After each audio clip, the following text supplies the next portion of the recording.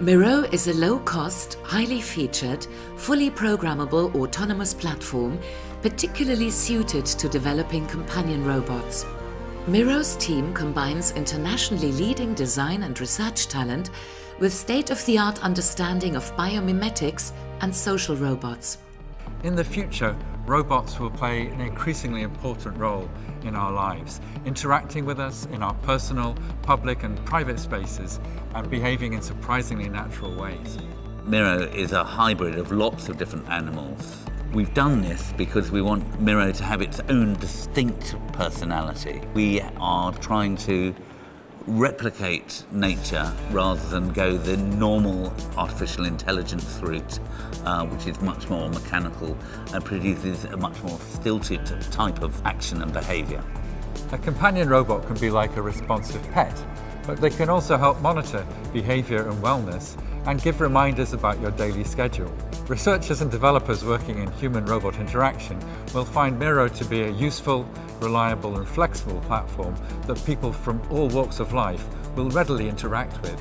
I'm excited about the idea that robots can be used as a therapeutic tool in settings such as counselling, recuperation after an illness, or even helping with depression. I think Miro is great for this because people are instinctively drawn to it and love interacting with it almost as if it was a living thing. Research on therapeutic robots need an open platform where developers can write their own program in order to directly control how the robot senses and responds to people. Miro's control system is distributed across a stack of 3 ARM processors, each responsible for a different facet of control, from reflexes through spatial processing to higher level representations and decision making. At present, Miro is like a brand new laptop with just the operating system and no programs put in it. And he's waiting for programs to be written for him that will govern his behaviour and give him usefulness and functionality. Miro is the first in the evolution of sophisticated social robotic platforms with distinct personalities. We will collaborate with the international developer community to explore and create new behaviors and functionalities. The Miro project is an invitation to contribute to the development of the companion robots of the future.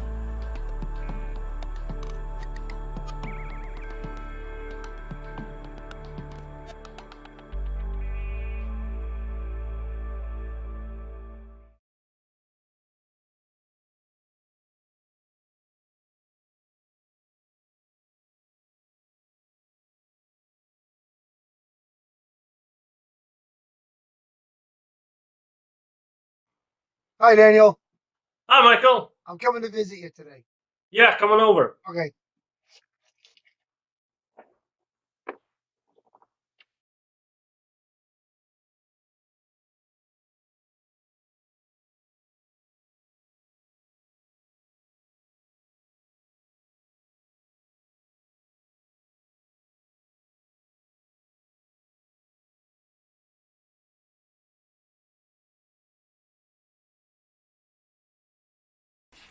Hey, Michael, how's it going? Good, bud. I'm going to get a bit closer. Yeah, come on.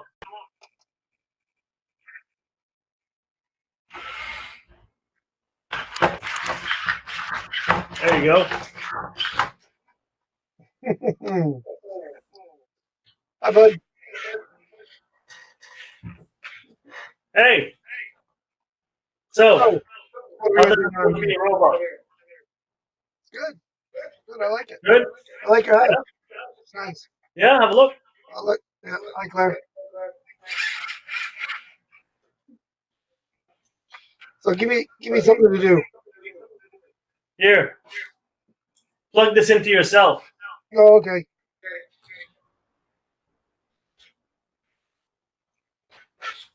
Oops. Well, missed it by a bit. You teasing me. Okay. I don't have anywhere to plug it in. Into your head. Plug in my head. Yeah. I don't think I can reach, bud. No. I'm just going to throw it at you instead, okay? Yeah, you can try. Your head. Okay. Doc, it's coming at you. Ready? Hey, not too bad, not too bad. Better than normal. Good. Can I do anything else for you while I'm here? You want to do what? Can I do anything else for you? Yeah, I think you can comb my hair if you'd like. Oh, yeah, that'd be good.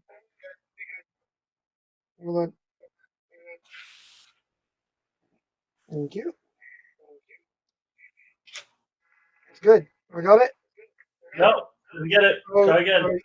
Try again.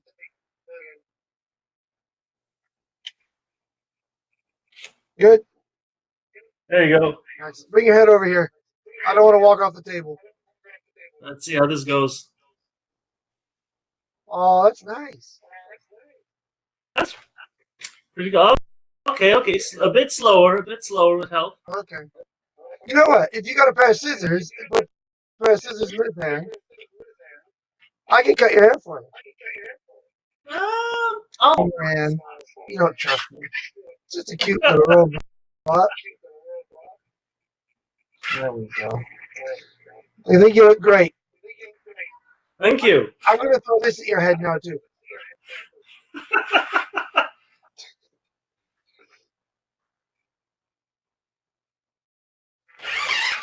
Hey, that's not a bad throw. Not a bad throw. I'm getting there. Getting there, Pepper, getting we there. can play catch, but I think Pepper. Yeah, that will be a different robot. Yeah, true.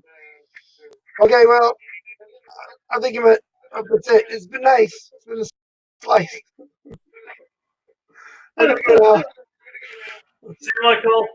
Okay, bud. Bye-bye. Bye, Claire. Bye. Have fun. Over there, all the way across the Pennine.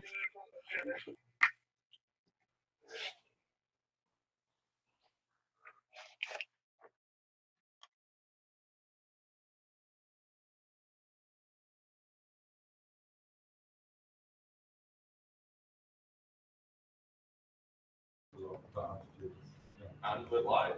Okay. I love that. And we're live. Hi, ladies and gentlemen out there in webcam land.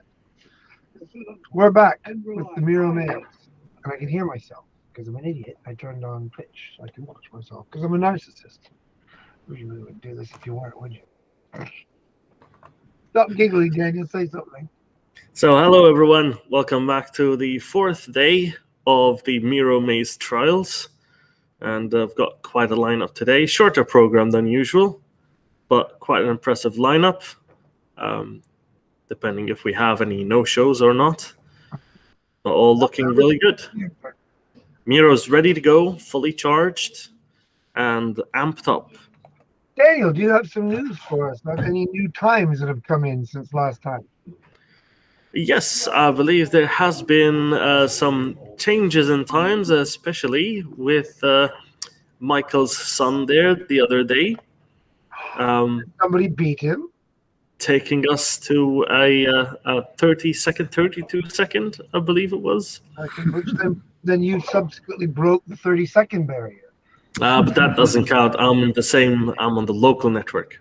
But yes, we had a sub 30-second run there. And have you had anybody else that we know try it? Yes, but those runs shall remain confidential. I want to hear. Is it just Tony that can't hear? I can hear. Yeah, you can hear, but is it just Tony we don't want to hear this one?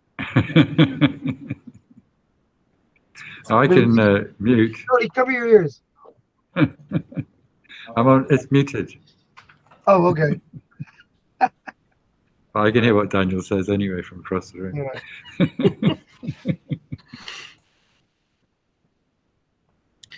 Yeah. So,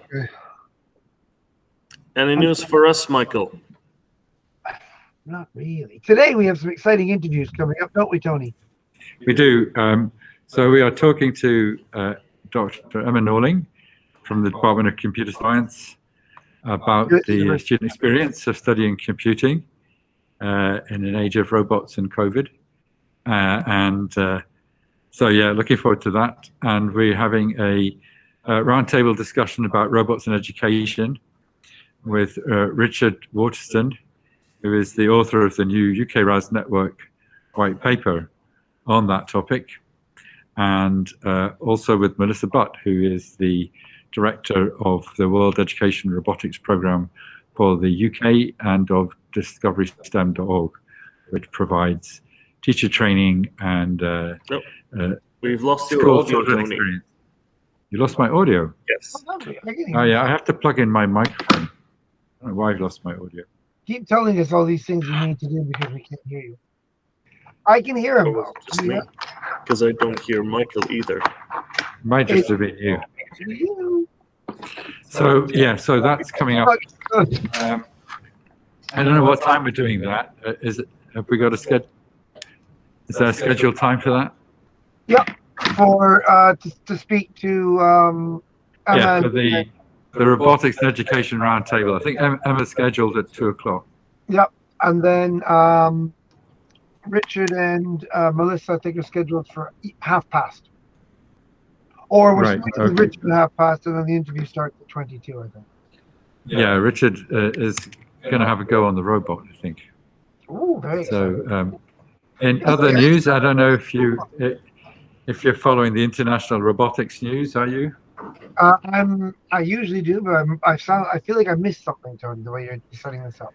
Well, did you know that Boston Dynamics has been sold to Hyundai? Yes, I did hear that. That's old news. It's Hyundai. Or is that recent? I just read about it today. I think they're paying something like $900 million, which values the company at just over $1 billion. But that's like the third owner, is it? In about 5 years, under 5 years. Which it raises some very interesting questions, doesn't it? Well, it does. I mean, because clearly SoftBank couldn't make a commercial success of it, and Google dumped them relatively quickly after buying them. This is true. Out of the gate. And correct me if I'm wrong, but maybe I've always thought that the point of Boston Dynamics wasn't to be a commercial success. I always thought it was to be cutting edge and to take money from elsewhere. But it would be more of a flagship for a big company that's already got lots of money they could sink into. Kind of like a football club for a Russian oligarch. You know? Yeah, that may be why Hyundai has bought it, just for the PR. Yeah. Although you get negative PR with Boston Dynamics as well as positive, because that's true. Their robots are a bit creepy. Where did Boston Dynamics get most of their contracts from? I assumed it was American defense arm money. They originally got lots of defense money, and their original robot was built supposedly to be a pack horse. Big Dog was going to be a pack horse for the American military.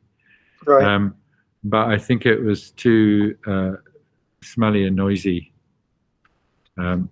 so people didn't like it. Pack horses themselves. Right? And well, no, the pack horses are better. They are less noisy, probably smelly, but maybe in a more acceptable way.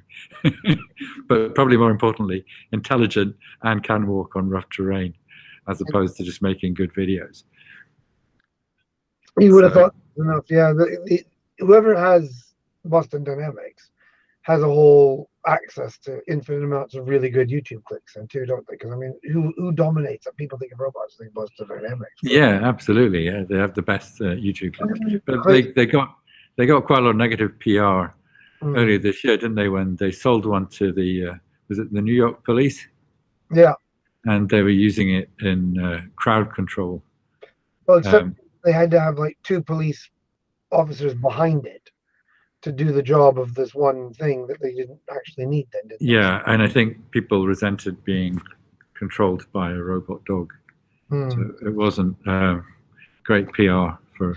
Maybe soon when Hyundai gets bored of them, Cyberselves can buy Boston Dynamics, and then... yeah, we can remote control Atlas and Spot.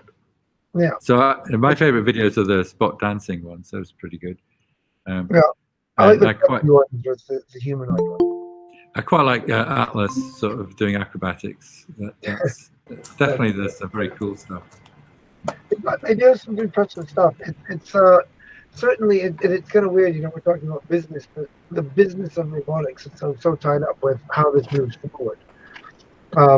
I think a lot of the times with robotics, you've got hardware is hard, right? I mean, you actually are involved intensely with a hardware manufacturer, and it seems like a very hard thing to do robotics hardware. Well, So- I mean, I think, sort of some hardware works perfectly well, like all the industrial robots. I mean, it's hard to do the sort of unstructured real world, which is what Boston Dynamics try to do. But I think that it's a case of technology push with Boston Dynamics. They're not really building a product for a market that they've analyzed. They're just building cool robots that they want to build, and then they're trying to figure out what they're useful for. Yeah. Which is not generally the way you go about planning a business. Although they're not the first to have done that, but it's... that's what I was thinking, is that the success or otherwise of Boston Dynamics says less about... I mean, I never thought they were interested in profitability. I always thought they were building... Well, freaks me out. I wonder what their valuation was last time they had takeover, because if they're worth $1 billion now, has it gone up or down? Maybe we could find that out. $1 billion's a lot of money, don't get me wrong, but... $1 billion is a lot of money for a robotics company. I don't know how many other robotics companies are worth over $1 billion. But when you think about the world of robotics, there's a lot of hardware manufacturers out there. And maybe I don't know enough about this. Maybe I shouldn't be... Well, I mean, if you look at iRobot, I mean, they're probably another $1 billion robot company. And, the reason they were successful is obviously because they're focused on the vacuum cleaner market. But prior to that, they were selling robots to the US military.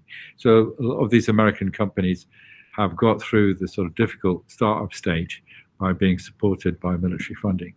But so I'm not knocking it, but that seems to be how it's gone. So.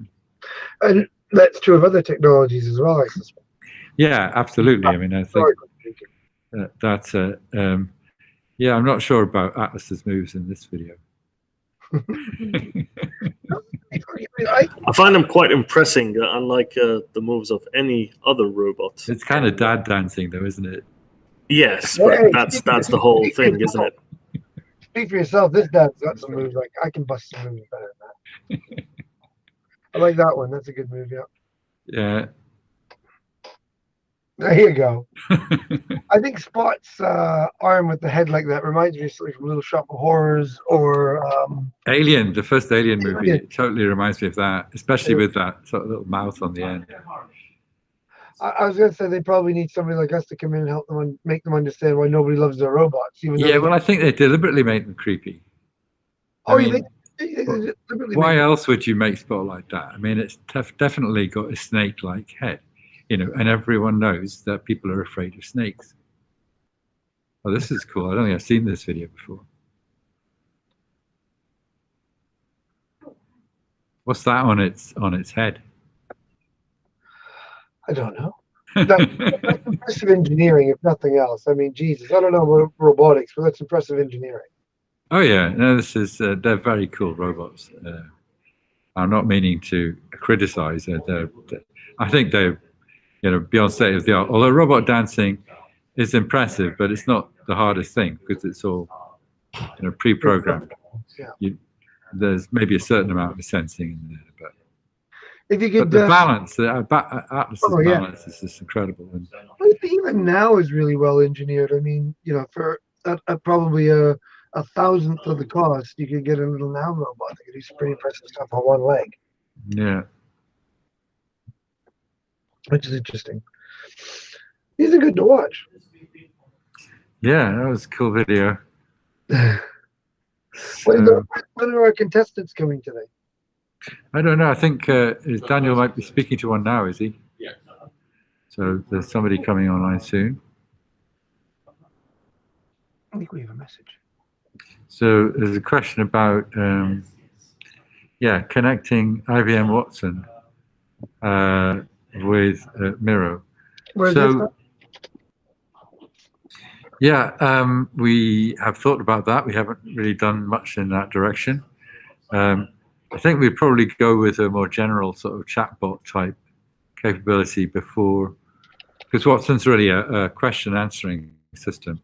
It's not so much for just talking to. And the problem with most chatbots, of course, is they don't know anything about the world. And you want a robot chatbot to be context aware. So it has to, you don't want to just respond to spoken words. You want to be able to respond to the situation and who's around and what's happening. So you really need to build scene awareness alongside the natural language processing capability. And that makes the problem harder and easier. It's harder because it's hard to build scene awareness, but it's easier in that once you've got scene awareness, it's easier to find things to talk about or to understand what people are saying, because people are usually talking about what's happening here and now.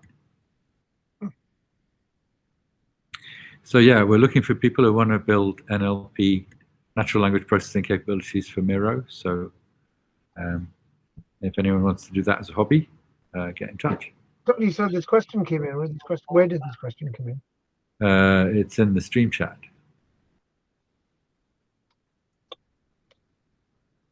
Might be from yesterday. I don't know if this is. Maybe. I don't think so. Is it the Cyberselves stream chat? Yeah, it may be. It's in the Cyberselves, twitch.tv/cyberselves. It may be a question from yesterday, but we've got around to answering it at last. Oh, good. Better late than never. The question, Tony, is will Miro talk back? Well, I mean, there's a few that Miro shouldn't talk because it's a animal-like robot. But I'm coming around to the view that it probably could talk, because animals talk in cartoons, and people expect animals to talk in various situations. What's really powerful about Miro, and having done a lot of demonstrations with humanoid robots and with Miro over the years all around, is I find that Miro, people don't expect as much of it. So in some cases, it's more effective as a social robot, because with Now or Pepper, people look at it and they go, "Hi," and Pepper says, "Hi," and people say, "How are you?" and Pepper says, "I'm well. How are you?" and they say, "I'm good, thanks." "So what do you think of the weather today?" Pepper goes, "Huh?" It's got a very limited.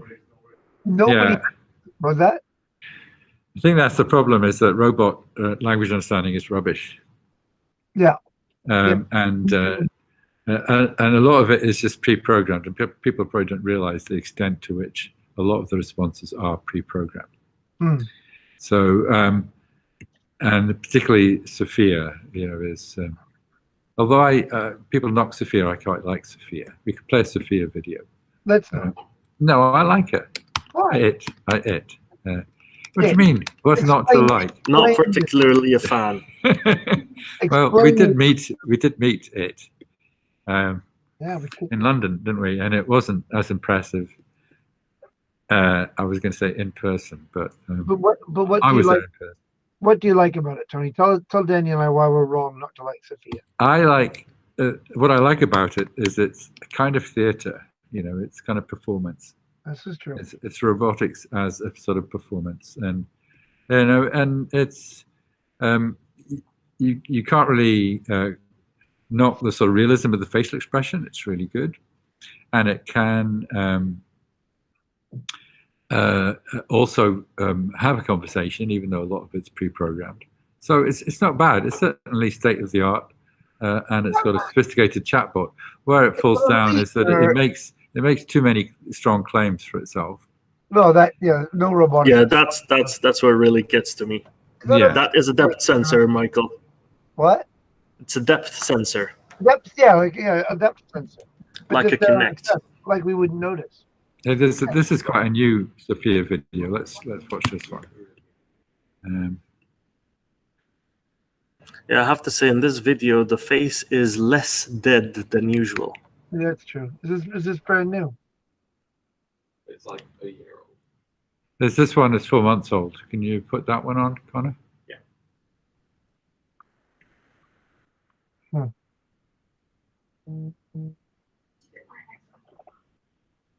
Yeah, she is a bit like Ex Machina. That's right. But and did you like that robot? don't know. I mean, it's kind of, do you like the actress, really, isn't it? So. Well, he's really good. All right. Have we got sound? Yeah. Not on this one. I can put it on.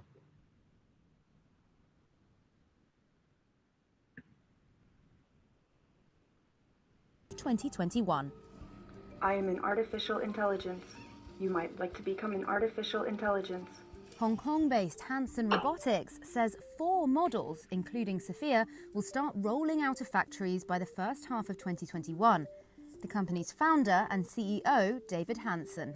We are just now mass producing Sophia. This is Sophia number 24, and many of my previous robots were hand built. However, now we have begun scaling the manufacturing of Sophia so we can make hundreds and into thousands of units of Sophia, and use this also as the foundation for many other kinds of characters. How did you feel when They created her to promote human-to-machine empathy and compassion. She's appeared on late-night shows and the cover of I do wonder if one thing with Sophia is like Boston Dynamics, in bad Saudi PR. Arabia and appointed the UN's first non-human Like, innovation for example, if you champion. had a robot, Her like, new you should role never have is to make in the that scary healthcare face. sector. I'd say more exaggerated messaging rather than bad PR. Is she actually crying tears? Social robots like me can help maybe. take care I of the don't sick know. or Oh, elderly that would be in silly. many kinds of healthcare and medical But also uses. the I can that whole help thing, which communicate, country give gave it therapy, and provide citizenship? social stimulation, even in difficult Dumb idea situations. from any country. Worse when it was a country. Saudi that- Arabia. Yes, I was going to say which. Worse when it's from a country that doesn't give full rights to all of its citizens already. So it actually gives more rights to a robot version of a woman than actual women. Is so useful Those are during complaints these at the time. times where people are terribly lonely and Bad socially decision. isolated. And people need to be isolated from each other. We've got our first because to be contestant around people on. is dangerous. What we got?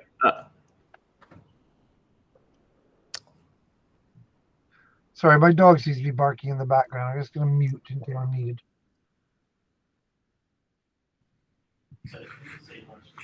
Put your dog on mute. No, I just meant mute. You know what I mean. Stop teasing me.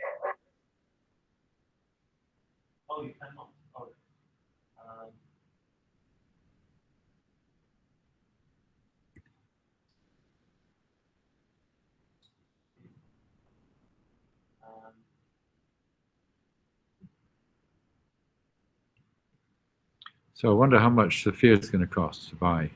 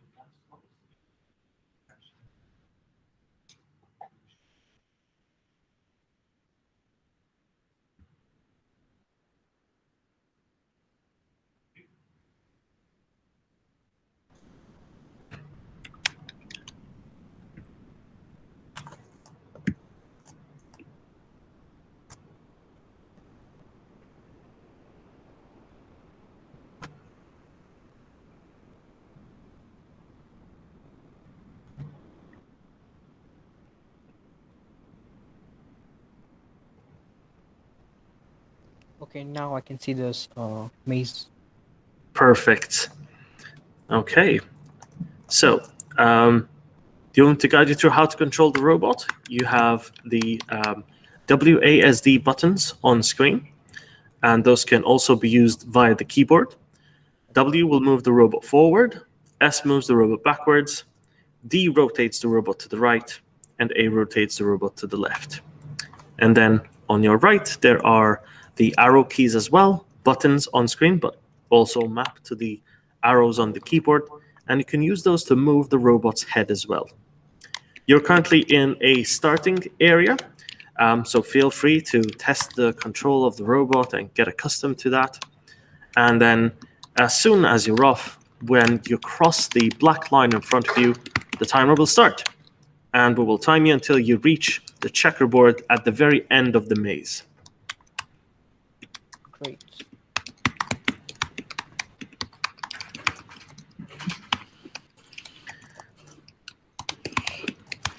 So we've got our first contestant on here. Where are you calling from? Oh, I'm calling from Kenya. Calling from Kenya, so quite a distance away. You know.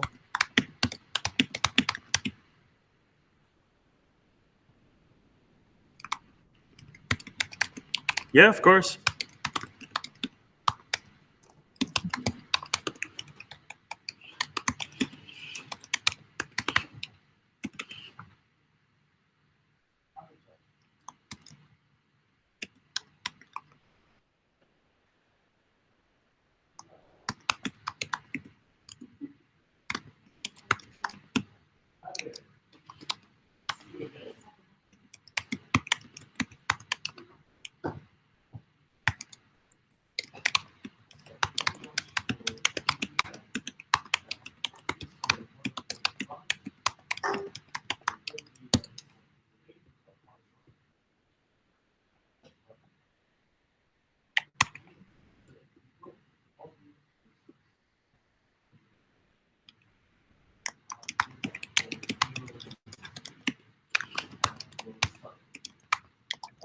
I can see Daniel, but I can't hear him. Yes, because I'm helping the contestants set up in the other room. Who is our contestant? Daniel? No, he's on the wrong channel now.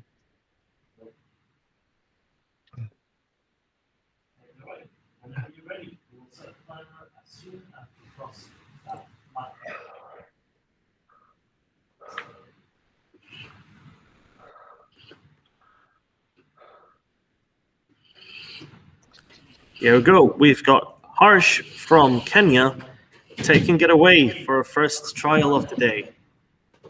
Excellent. How far away is that? What's our distance? We'll check. And I'd say the time has started. And we're off to the races.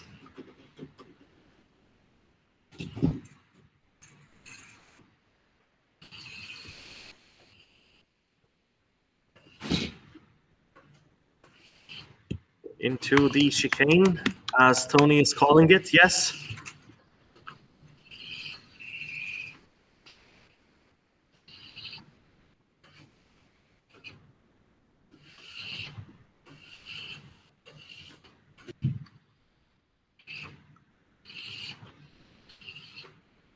Is this the Miro Maze first round trial through? Yes.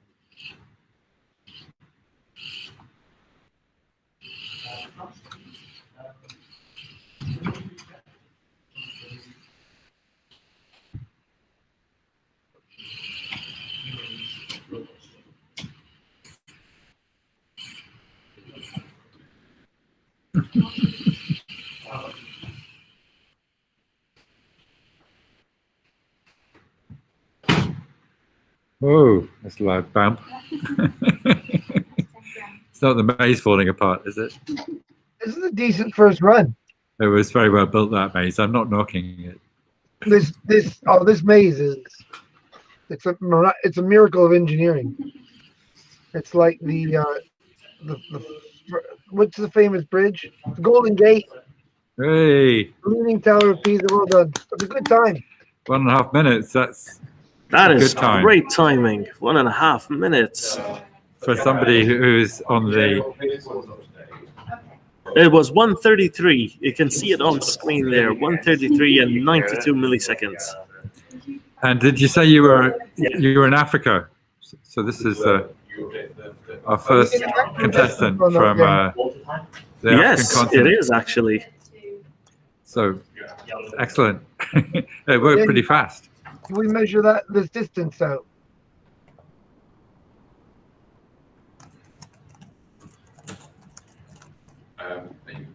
Are they go for attempt 2? Yeah, they're ready to go for attempt 2. Okay, cool. Yeah. I think we need to find somebody in Australia who wants to have a go. I'm thinking at some point we're going to start. I guess they might be asleep. Yeah, we're going to start having to really struggle to get these things. So where's our contestant, Daniel? Do we know?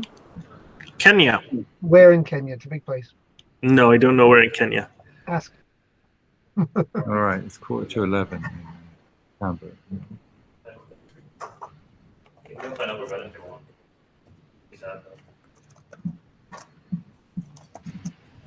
Oh, Harsh, we have reset your robot, and you're ready to go for a second try.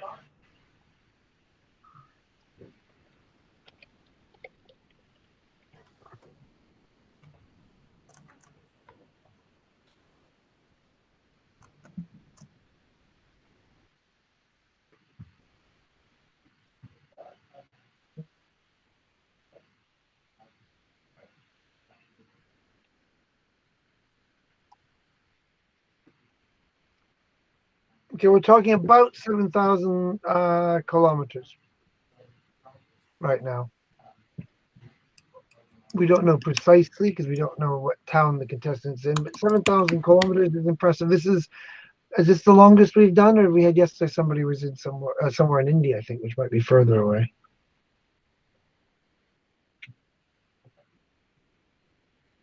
That's 6,956.39 kilometers.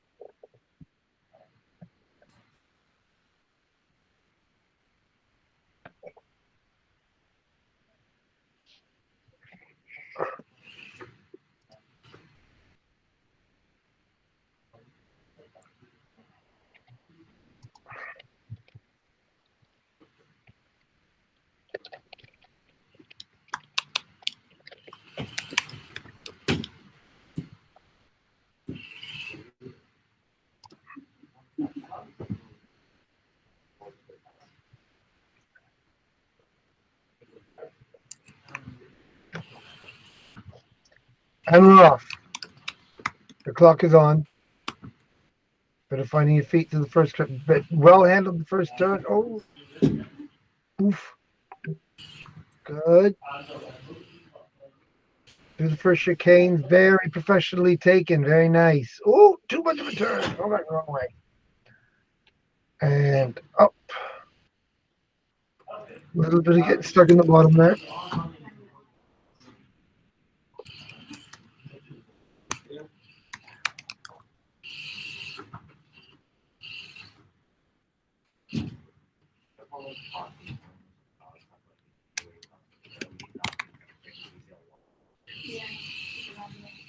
Oh, very nice. Very good. The second, is that the dog leg, Tony?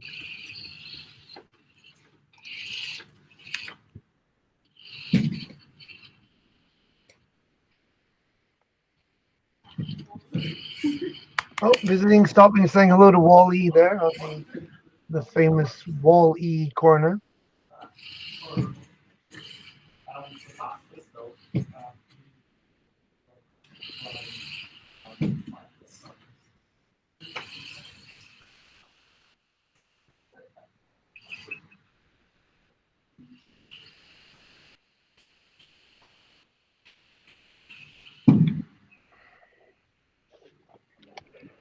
Hey, here we go. Another successful run. 129. Must have been a quick blitz there at the end. Bit of crowd applause. It is 1 minute 29 seconds. You've reduced your run by 4 seconds. Yes, and we've got 2 more minutes left on your timing. So take it away whenever you're ready for your third try.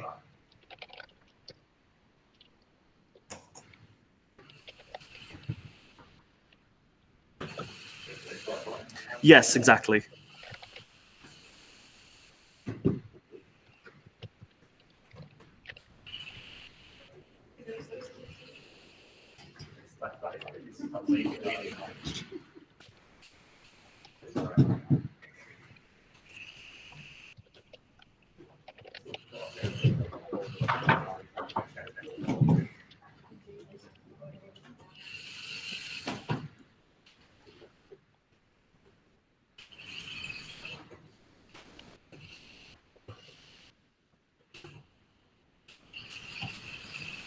Ooh, expertly maneuvered around that corner.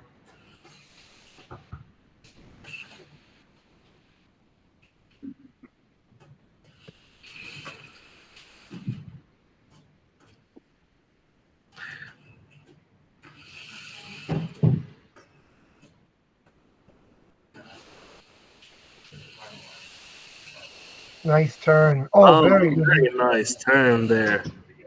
Oh, over-rotated right at the Oh end. no. It is quite nippy as it turns.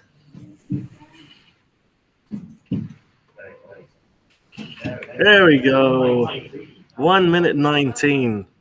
That's even lower than your previous run. What was the previous run? 122? 129. So that's a 10-second improvement. Great work, Harsh. Sorry? Yes. But that's a great time around the track. Thank you for joining us today. And yeah, we'll let you know if you make it to the finals. Thank you.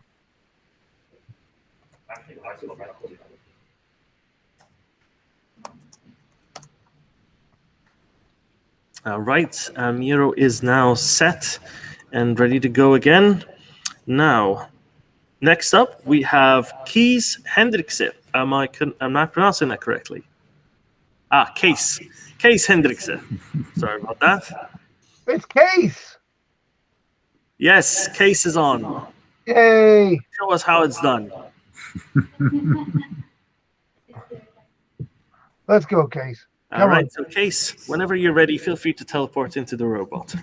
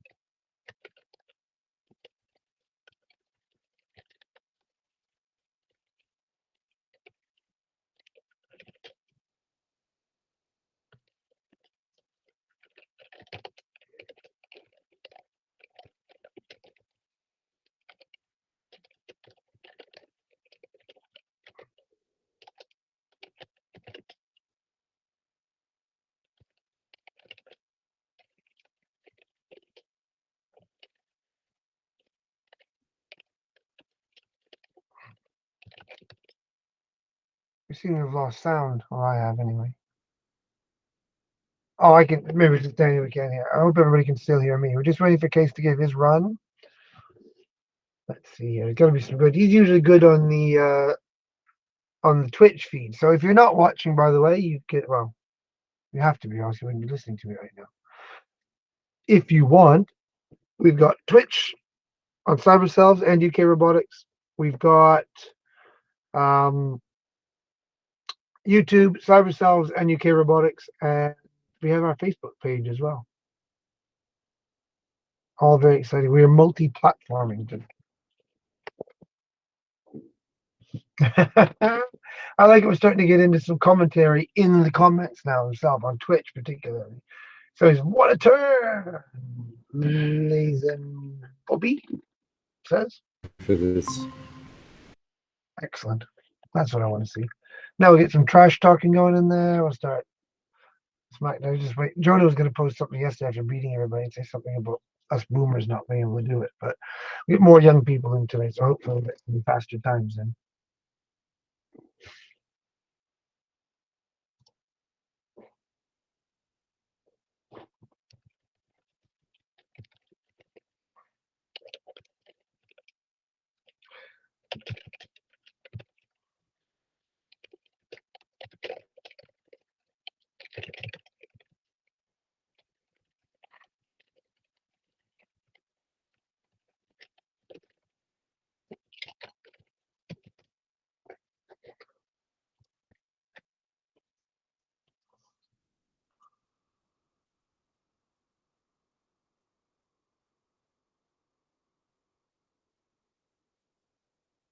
Looks like we're having a small technical problem.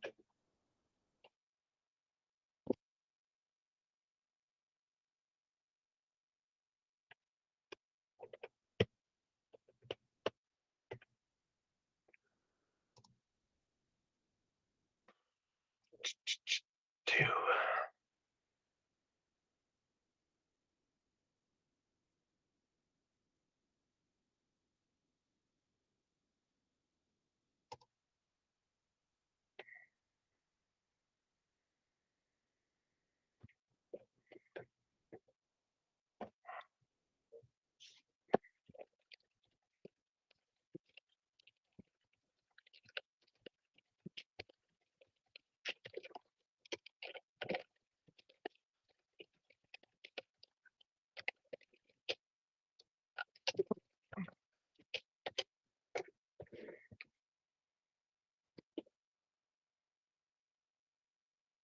I'm waiting for movement of the robot before getting very excited.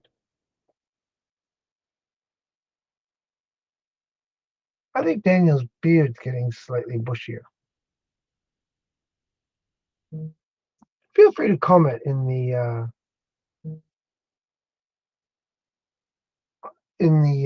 Twitch stream if you like Daniel's beard. He trimmed it recently. I think it's getting a bit thicker now. I like it.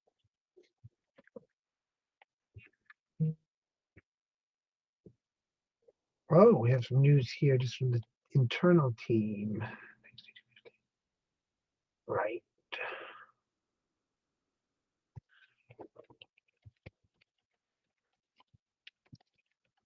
So for those of you that don't know, I'm still isolating in my luxury palace here.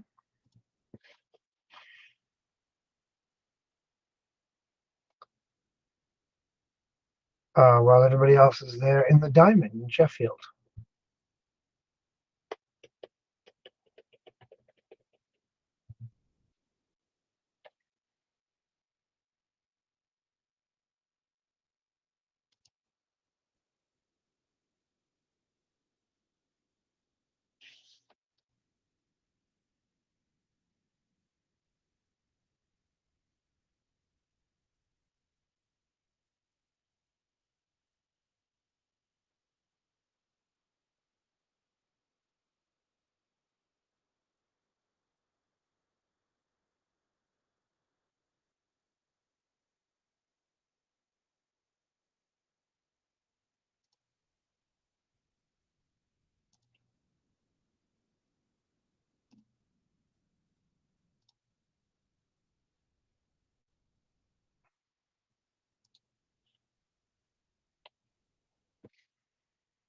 Oh, did I spot movement? Or is it, oh, here we go. And yes, we're getting ready now. The Miro is on. Second contestant case, and his time started now. Welcome back, Daniel. On that first corner, always a tricky one. Nope. Oh. I can ask you about that. Yeah. I mean, we're in competitions. Yeah. Okay. Well done. Oh, very nicely done. Oh, smooth. Very smooth. He's going for it. He's going for a sub nice. 1 minute run there. Oh, yes. Barring tragedy. Almost like you've done this before, Case. Oh, took that turn a little too tight. You're a natural. That last straightaway, that's more people up than I would have imagined. Hey, 54-second run. That is incredible timing. All right, that means we'll be resetting the robot for you and have you do another one.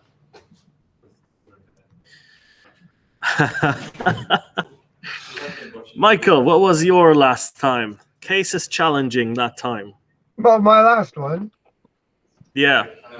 30, slightly slower than Jonas. 35, 36. Ask the guy who was 36 seconds, Case. 36 seconds from Michael Slossie is the time to beat. He's got the smoothness. He's got the moves. Does he have the luck? Can he keep it together when he's under pressure? That's the question. That is the question.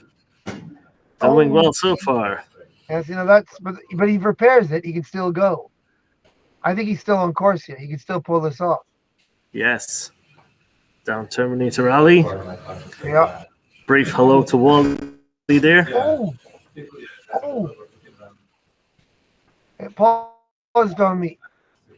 Oh, yes, the stream has... Okay, we've regained the stream there. Oh, 33 seconds. He does beat Michael's time on his second try. Oh, I'm glad to see it. He beat Michael's time. A bit slower man. than Michael's son, but just by a second. He's a good man and half my age, so he definitely deserves to have all the advantages. Is he going again? Yes, third try. we We've got And he's off. 3 more minutes left. If he can avoid the problems on the first 2 turns, he's got the rest of the course nailed.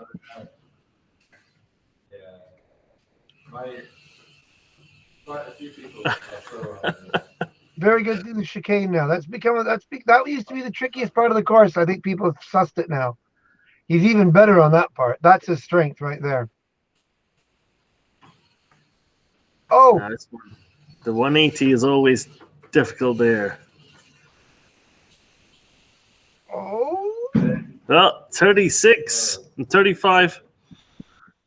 Yeah, it's a great time, but not as good as before. all right. I think we might need good time to cover the final. So the finals tomorrow. Right. We're going to go to the interview now. Yeah, we're going live. All right. We're gonna.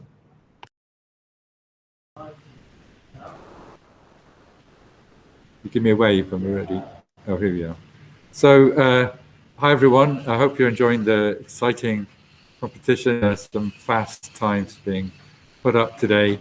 But we're going to have a short break here and talk to Dr. Emma Norling, who is Director of Learning and Teaching in Computer Science at the University of Sheffield. And we are based at the University of Sheffield, obviously today in the Diamond Building. And we're going to have a quick chat about what it's like to be a student here. So Emma, good afternoon. So it's been a different year for us, hasn't it, teaching computer science under the current COVID restrictions. What have we been doing to sort of try and make it fun for students? Yeah, it has. It's been challenging to say the least, but in some ways, as computer scientists, we're quite well equipped to deal with these issues because obviously it's computing technology behind us all doing this online teaching. And I've been impressed about how engaged the students have been through this medium. They've adapted really quickly to the online meetings. It's a bit disconcerting giving a lecture to a blank screen because they won't turn their cameras on, but they engage in the chat, and so we see the text questions and that type of thing. And in terms of the teamwork that they've been doing, because teamwork is a really core part of our studies, I feel that they've actually engaged better in their teams in many cases than they do when they're all in the classroom together, perhaps because they're not getting distracted by other teams or something. But they've been really understanding of the different difficulties that people are going through, because everybody's, in different locations with different internet connectivity and different time zones as well, because we've had our students spread all over the world. So they've had to sort of coordinate when's the best time window that they can for a team that's distributed over maybe 10, 12 different hours in terms of time. But they've been working really well together. And we've been trying to help them by putting on things like virtual coffee mornings that they can come along and just chat about general problems rather than course specific problems, and trying to build the community that perhaps they miss out on a little bit when they don't linger after lectures and that type of thing they normally would. Yeah, for me as a lecturer, it has been interesting and challenging times, and I found myself obviously recording my lectures but preparing them differently and thinking about the material in a different way, and presenting it when we did some sort of live group sessions as well was interesting. As you say, people will sometimes say things in the chat they might not want to hold their hand up and speak in class, so it is liberating in some respects for that. And do you think we can take the best aspects of what we've been doing as sort of lockdown teaching and preserve them as we go forward and open up a bit more next year? Yeah, absolutely. I think for me personally, I've given flipped lectures before where I've had the students watching pre-recorded material and then had a recap class kind of thing. So that's been a style that I've used even before lockdown. And now that we're going back to some sort of face-to-face teaching in the coming year, I will certainly retain the recorded material that I've got, even if I duplicate it in the classroom, because for some students that's really valuable. As you say, when you're recording stuff for them to watch in advance, you do it in a different style. It's a bit more concise than you would in a lecture, where you gauge from the class and you might repeat things and go over things. And we do record most of our lectures that are in the classroom, but it's quite tedious to go through an hour-long lecture just to catch up on that 10 minutes that you missed.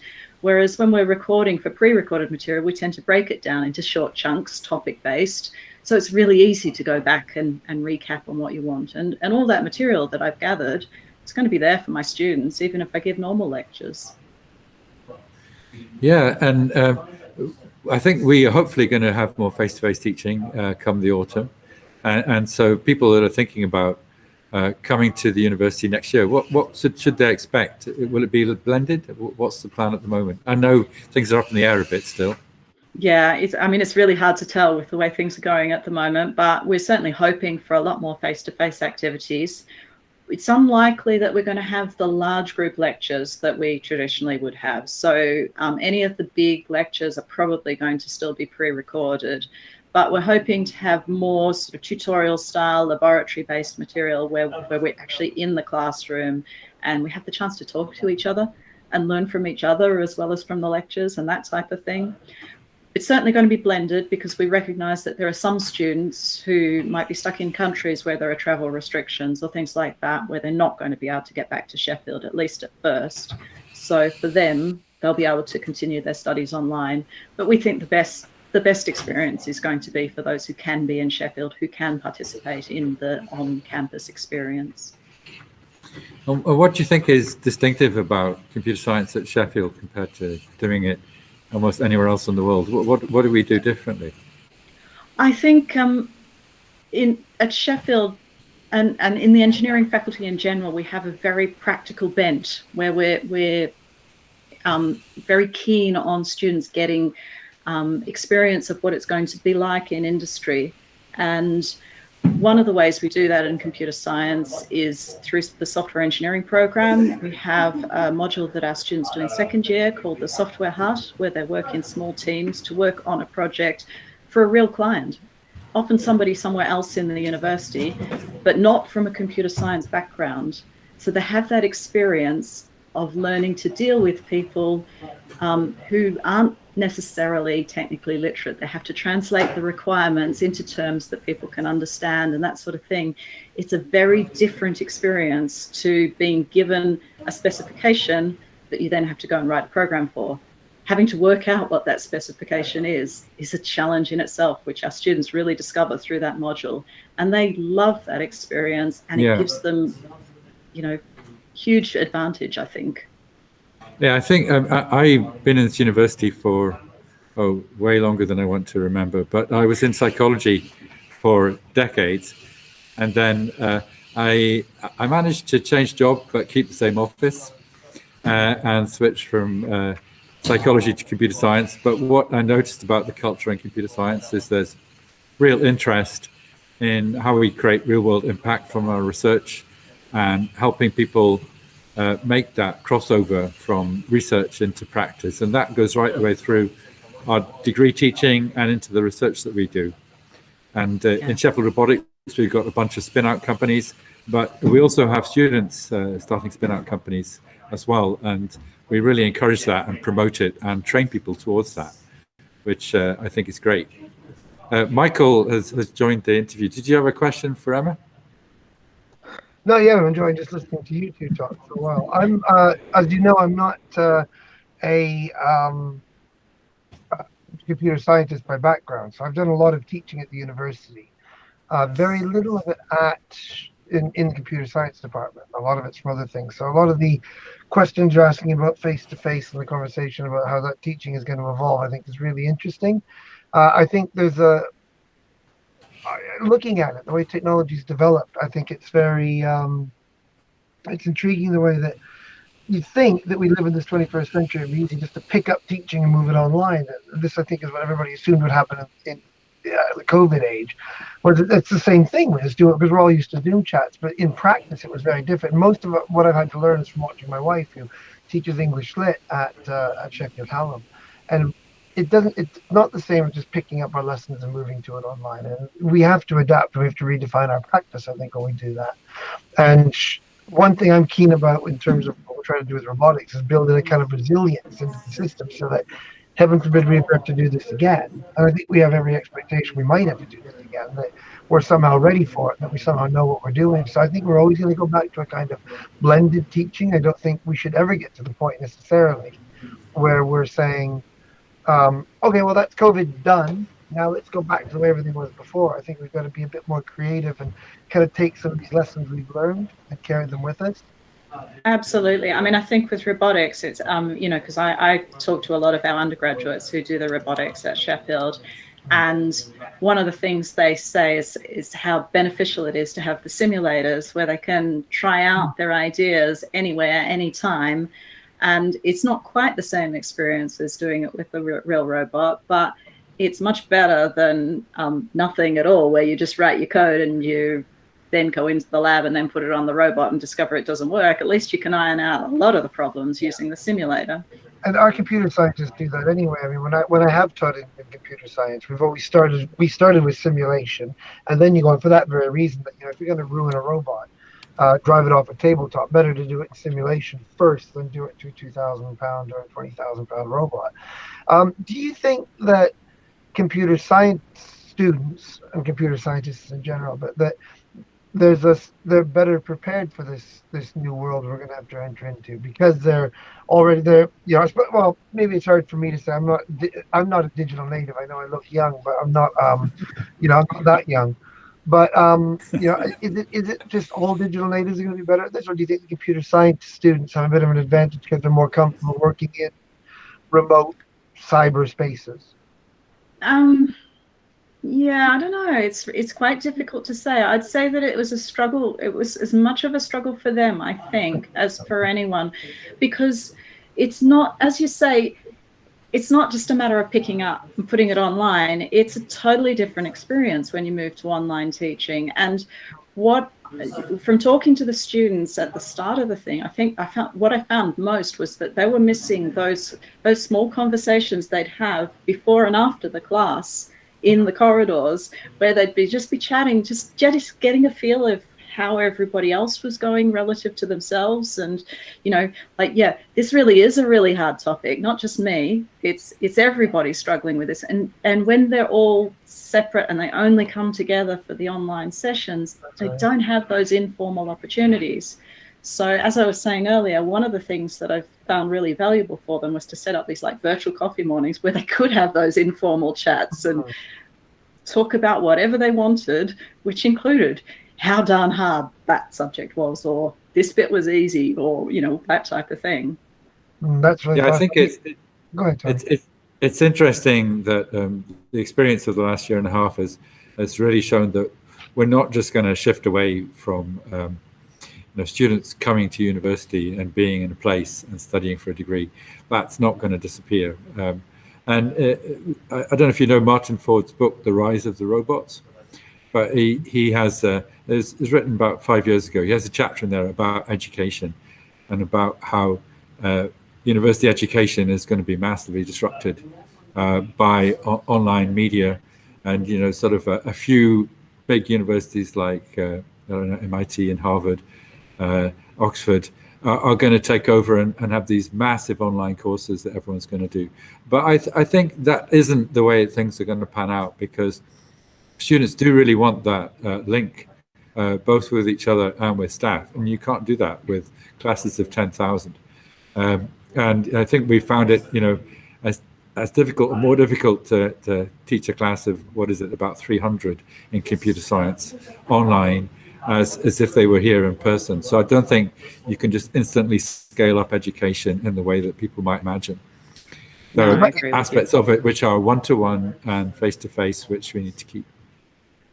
Yeah, the personal connection is just so important to just opportunities that arise from those casual conversations. Like one of these students who came to my virtual coffee morning is doing a summer research project just because she mentioned she was interested in a particular topic. And I said, oh, well, you should talk to so-and-so. And so she talked to this other lecturer, and she's got a few weeks work just exploring this idea that she was interested in. And unless you have that personal connection, those opportunities don't arise. I think what you're saying is very. I was going to say, I think what you're saying is something very important for pedagogy for all teachers to learn and university lecturers is that, we can have those moments, but you have to create those opportunities for those discrete encounters that don't exist online in a structured way, the same way they exist in an unstructured way, face to face. So that's really interesting. I think that's that's a good lesson for everybody, isn't it? Interesting. Yeah, we're sort of, I think, coming to the end of the time we've got, Emma. You were telling me that you were involved in education competitions, which is something obviously we're really interested in. Tell me about the one that you're doing. Okay, so in fact, the competition for this year just closed at midday today. The teams had to submit their videos for the Pi Wars competition, which is a Raspberry Pi robotics one where the teams have to build their own robot, which is based around a Raspberry Pi, which the Miro is based around a Raspberry Pi, but obviously that one's off the shelf. These ones have to be built from scratch. And then they have a series of challenges that they have to do. Usually it's held in Cambridge every year, and everybody comes together and competes in various competitions like mazes and line following and various different challenges like that. This year it's virtual and it's all being done at home. So people have been given a set of challenges where they have to set it up at home and then film it and submit videos. So we've now got a judging period, and I think that the awards are being done on the 10th of July this year. There's both school teams and open teams involved in it, and it runs usually on an annual basis. Right, and for people that want to get involved for next year, perhaps, how can they find out more? Go have a look at the webpage. It's just piwars.org. Yeah. So it's nice and easy to find. At the bottom of the video. Yeah, okay, we'll put a link in the chat too. So I think that's all we've got time for. We've got somebody lined up to do the Miro maze again in a moment. Right. So thanks very much for coming and chatting to us today, and and have a good holiday, because I think you've had a very busy time. I've got no holiday yet. We've still got exam boards coming. Well, that's that. Well, after that, I hope you have a couple of weeks of total rest. And see you again soon. Bye-bye. Bye. Bye-bye.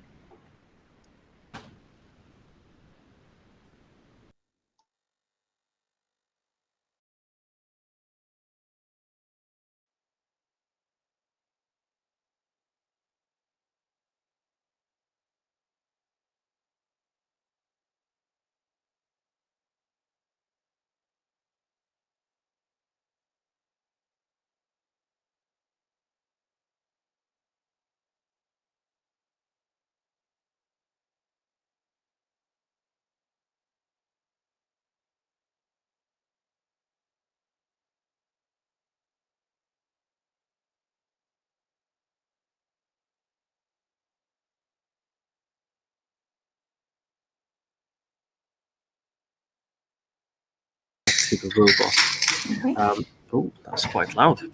So, if you look at the address bar, there is a padlock to the left of it. I'm assuming you're running Google Chrome as well. Yeah, got it. Perfect. Yeah. So if you click on that padlock and you go to site settings. Hello. Is this another contestant? Who is this, Daniel?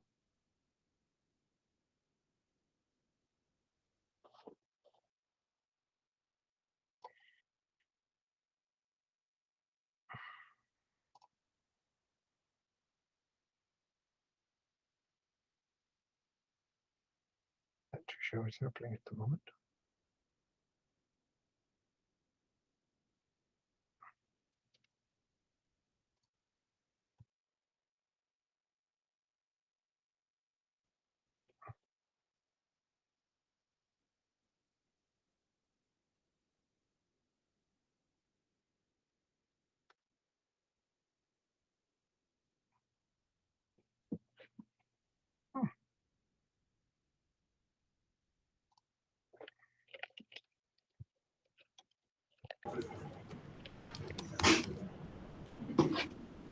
Okay, and now we're going to teleport. Oh, no, we don't need to go to teleport, do we? Sorry. I will need you to do those yeah. settings, yes. Yeah, so we're going to... Okay, so I've clicked on here now, and the option, it says certificate, cookies, and site settings. Site settings we need to click on. Yes, please. And then all the way to the bottom, yeah. fourth option from the bottom, yeah. it says insecure content. I will need you to allow that. Okay, that's done. Perfect. So now if you close the settings tab and go back to the Cyberselves page, yeah. I'll need you to refresh, and then you're ready to connect to the robot. And to connect, do we just click on teleport? Just clicking on teleport, that's it, yes. Okay, and the password that we've just set up? Precisely. Oh, yeah, that's working. And you're connected. Can you see? Yeah. Is that Miro? Perfect. You are seeing from Miro's eyes. So you can see from his eyes, and you can also control how to move it. So you've got WASD on screen, but also you can control them from the keyboard. W and S for forwards and backwards. And then D and A for rotating the robot to the right with D and to the left with A. And you also have the arrow keys, again, both on screen and for the keyboard. And when you use those, you can change where the robot looks. We do suggest that you keep it looking downwards, because that's the best view for the maze. Are you ready?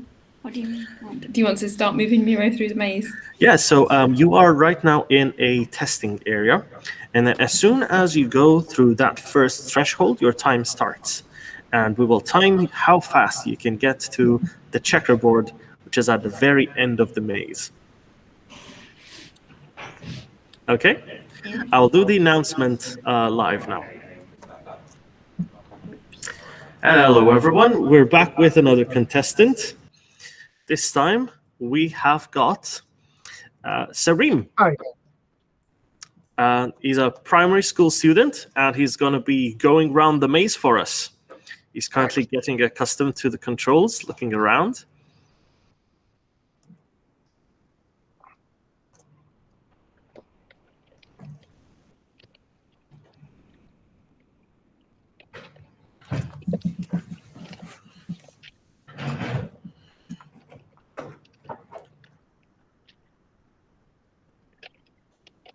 Oh, whenever you're ready, it's all ready for you to go. And the time has started. Oh, the first headbutt. Always hard on that first turn. Even when people are more experienced. Straight into the Cyberselves logo there. It's almost like the complexity of a simple 90 degree. I don't know what it is, but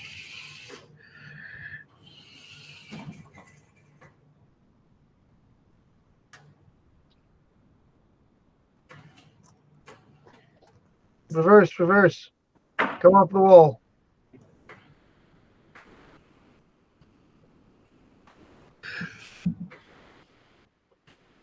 I see, yes, this is a very new experience compared to Miro Cloud.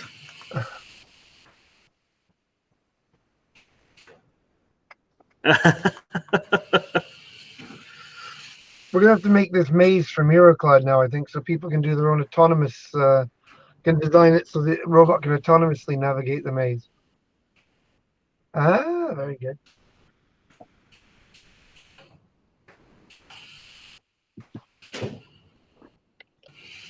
Yep, into the chicane now. Oh, worse things have happened to this Miro.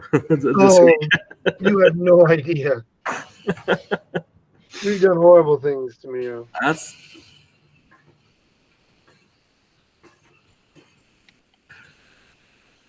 right.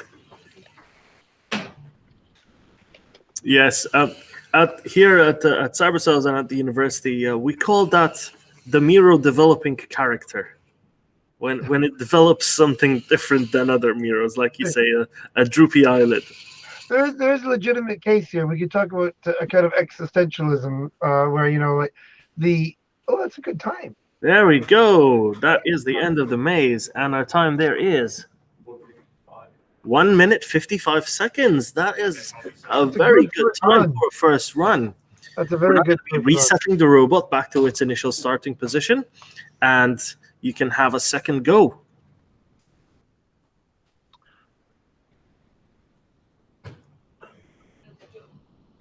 Very good.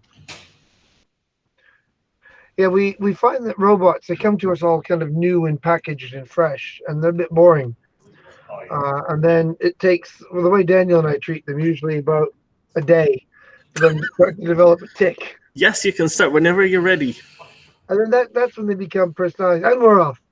And that's when we, oh, no, not yet. Sorry. Oh, now we're off. Yeah. We start to think of them more as personalized when we start to develop faults. And I wonder to what extent we can say the same about human beings.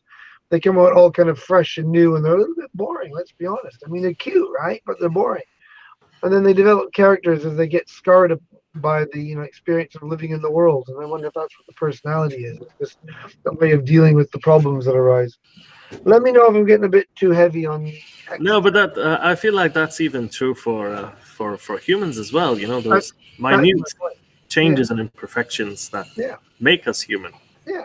So you say that somebody has got a very bubbly personality or very extroverted. Well, that might just be covering up for some kind of deep anxiety of, a fear of quiet or a fear of not being in control of a situation. But those anxieties, how we respond to those anxieties, pile up to create what we call a personality.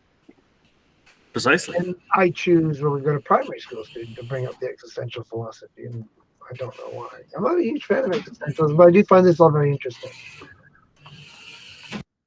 And it's very Freudian, this. Isn't it, Sigmund? Oh. We should actually get Siggy on camera somehow.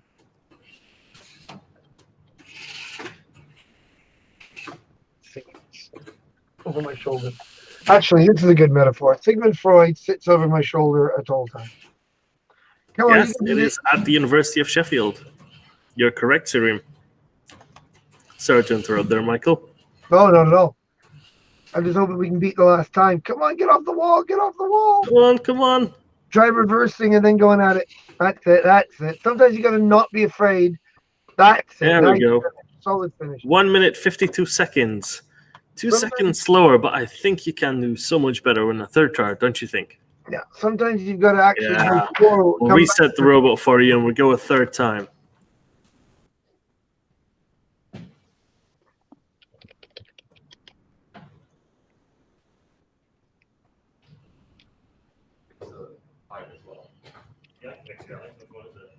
One of the eyelids is closing. Cool, got it. Whenever you're ready. And we're off. There we go. And the timing starts. Oh, that first corner is always a head butter. It so often is, isn't it? That's it.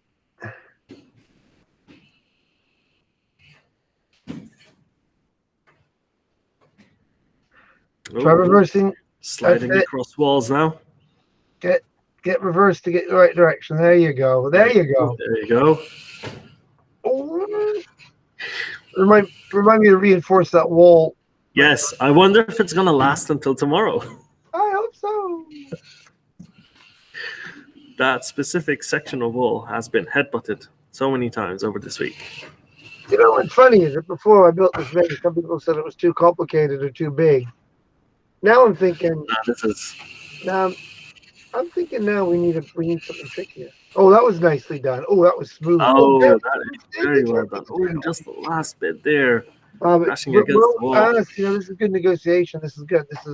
Yes, we've learned. Excellent. All right, let's do that one last 180. Ooh. I'm caught in a tight spot there. Need to rotate.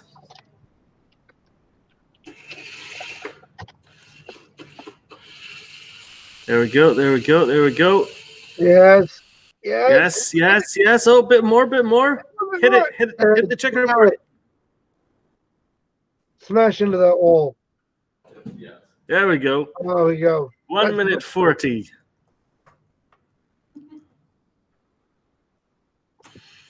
Your last score, well, your best score. Oh, sorry, 1 minute 40. 1 minute 40, your last one. That's pretty good. That is very well done. How did you find that? Glad you enjoyed that. Yeah, Miro's going to be fine. In any case, we'll just replace his head. If all athletes were so easy. So, you know, I coach an ice hockey team. Yeah, it was also a great choice to paint the walls white. That way, when they're rubbing off on Miro, you can't see the difference. It's gray, actually. The walls are gray. Well, thank you so much, Sarim, for coming on. It's great to have you on. Where was he? I'll let you know if you make it to the finals. Where was he located, Daniel?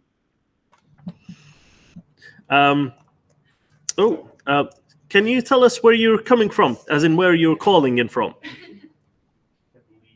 UK. Sheffield. So we've got a local. Great.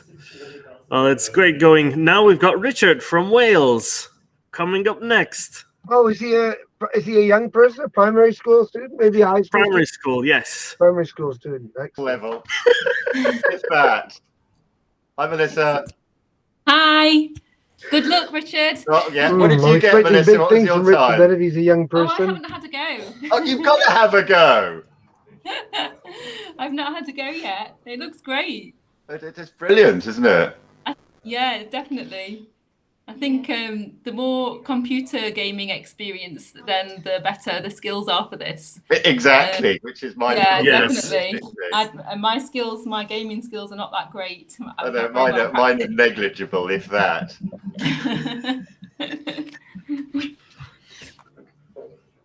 All right, so Richard, whenever you're ready. I'll turn off. I'm on the portal as well. I'll get rid of that, shall I? No, just refresh and reconnect. I want through the portal. Yes. Good luck, Richard. So up next we have Richard Waterstone from Wales.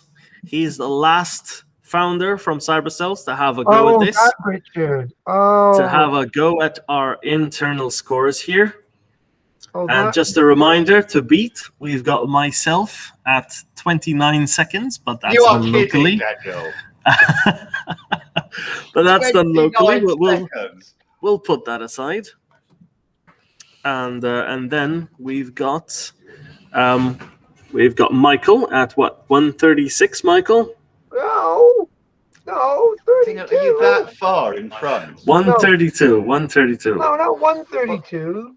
35. Right, so let's start. 35 seconds, yes. Well, Richard, whenever you're ready. Nice try.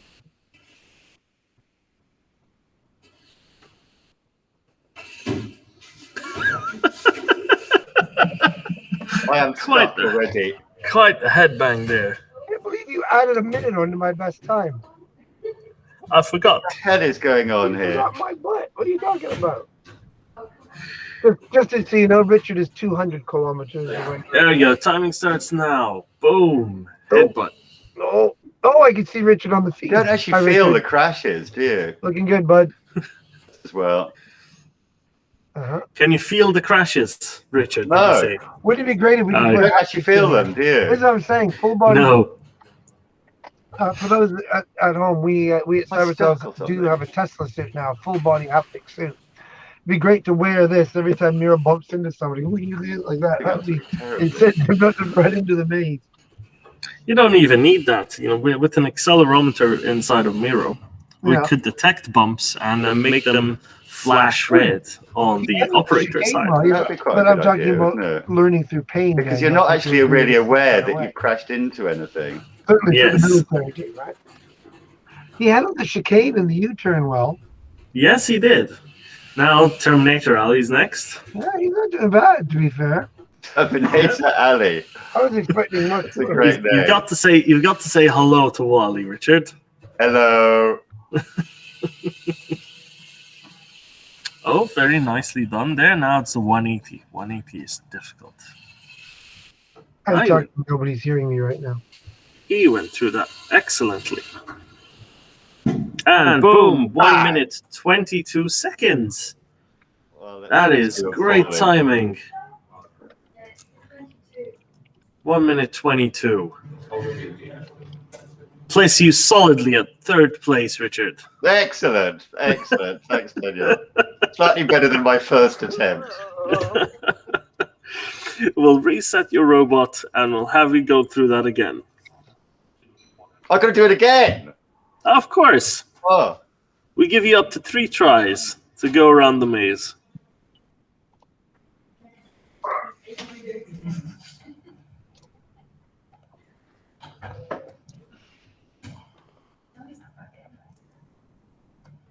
Right, so back on the portal. Here we go.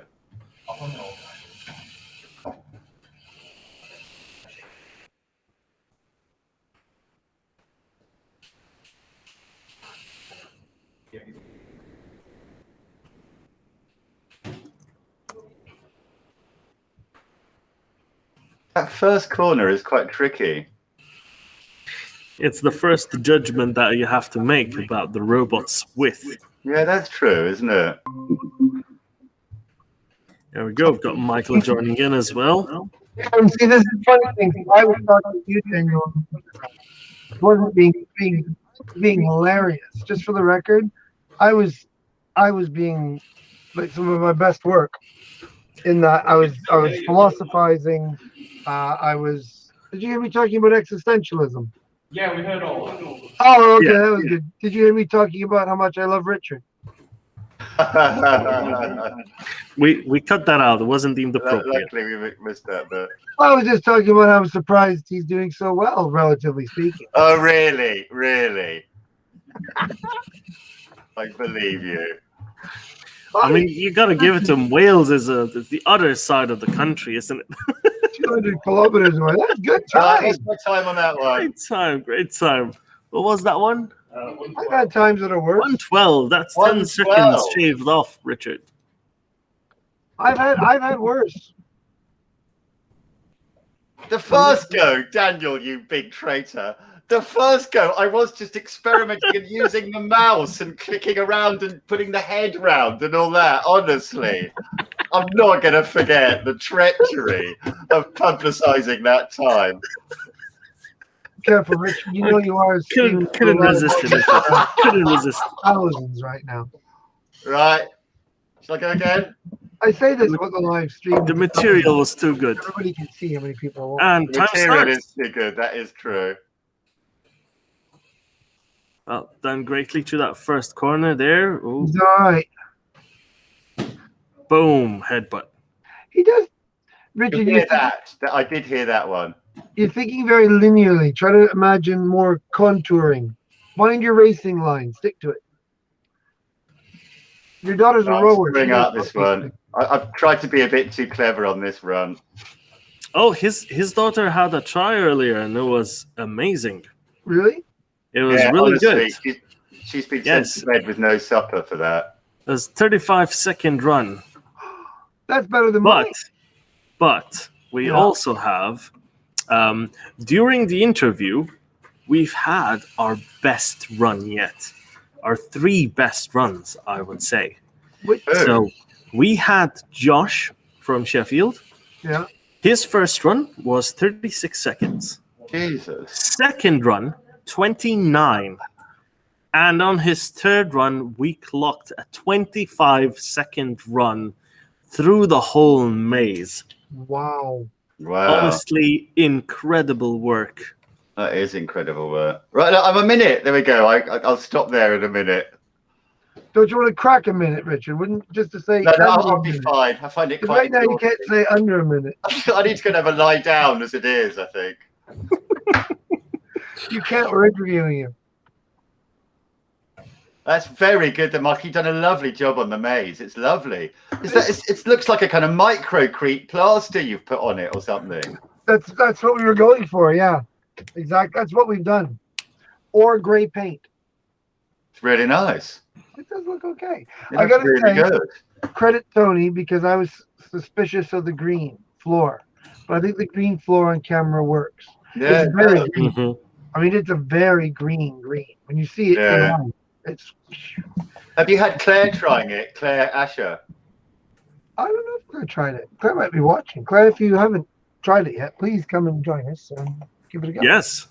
Oh, so this is an open channel. Awesome. Oh, Yes, we you're do have a broadcasting- gap now that you're Richard's broadcasting retiring people early right now. from the competition. I am retiring early. Well, I think a minute. There we go. I just stop in a minute. I've beaten Martha. That's the main thing. Although she had one go. I thought you said Martha did 35 seconds. Or am I getting my timings wrong? No, I think she got 1:30. Ah, yes, she Yeah. did get 1/3. Yeah, sorry. Daniel, Quite off there. Daniel, My memory I is not got so 35 good. seconds. You swapped Martha and I. I see, okay. So Oh, yeah, you got 35. I thought that made sense, Michael. I thought, how could I beat Michael? That doesn't make any sense That at doesn't all. make any sense. That's what I was thinking. It can't make sense. we can't have it. It would just upset the Thinking total of you going to my balance here. defense scores, thinking you can do those. I can't have it. I just can't have it. Can't have it. In We're fact, I learning just can't again imagine to that. lose the marbles a little bit as he gets older too. When we say adults, so 25 seconds, that's impressive. When we say adults, right? Like I'm an adult, Richard's an adult. Case is like what? He's an adult, but how old are you? What you mean? Right. Students should be How old are you? handicapped. I'm gonna check the screen. How old are you? You can have another go if you tell me how old you are. You're tops what? Late 20s? Like there's adult, then there's Richard and I. I think actually, if you're over 50, you should have 30 seconds taken off. We should have a. I don't know. I Chris might see. be in the final. I don't want to be in the final. I'll leave that to you two. Oh, it's Well, like Andrew ever got 25 seconds. That's astonishing. 25 seconds, yes. It is No, he's not that incredible old. timing. You're still young. You're still a young person. That still makes you a young person compared to. If you're over 60s. Well, we should have an adults and then a bus pass. Whippersnapper. Oh, right. Oh, adults plus. Yeah. Bus pass. Oh, God. I knew it would be like this. Very clever. Aha, plus OAP. Very funny. Very, Tony, you just missed Richard's runs. Somebody's in trouble. Well, he 1 did better minute. than you. Yeah, too late. I saw it. You can delete it now, but I saw it. It's on the live stream. 1 minute, Tone. Where are you? Hey guys, yesterday apparently we violated some kind of. But I hear Nope. Tony. I hear from a certain little bird that Tony, you were doing it with the maze actually in front of you as well. That's definitely cheating, and you need to have a penalty, a time penalty. Well, I need some practice before I have another go. Because I was doing it very cold. Yeah. You could tell the young people, the people that are kind of like the digital natives, the ones that game, because and this is, I guess, a serious point. But like Jonah picked it up yesterday, literally saying, "I don't know what I'm doing." Did 1:30, and then it's like one another go, "Yeah, sure." And 32 seconds, just like, and he still was playing. Don't really know what I'm doing. I'm not gonna let my I've own never computer in actually here. used WASD before. That's how much of a dinosaur I am. So I had What to was even that? do it on the keyboard. Really? Yeah. That goes back to the days when I used to play with or pets. That the games were programmed in BASIC. You go, Daniel. Right, we're going to do this interview, are we?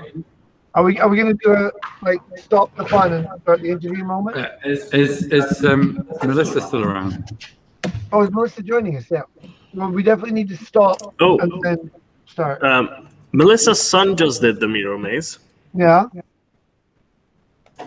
Right, is Melissa Yeah, coming she was back on to before- do she was on the before me. discussion? She might be in the open chat. Right. I'm not sure. I'm not leaving. I'll be back in a sec.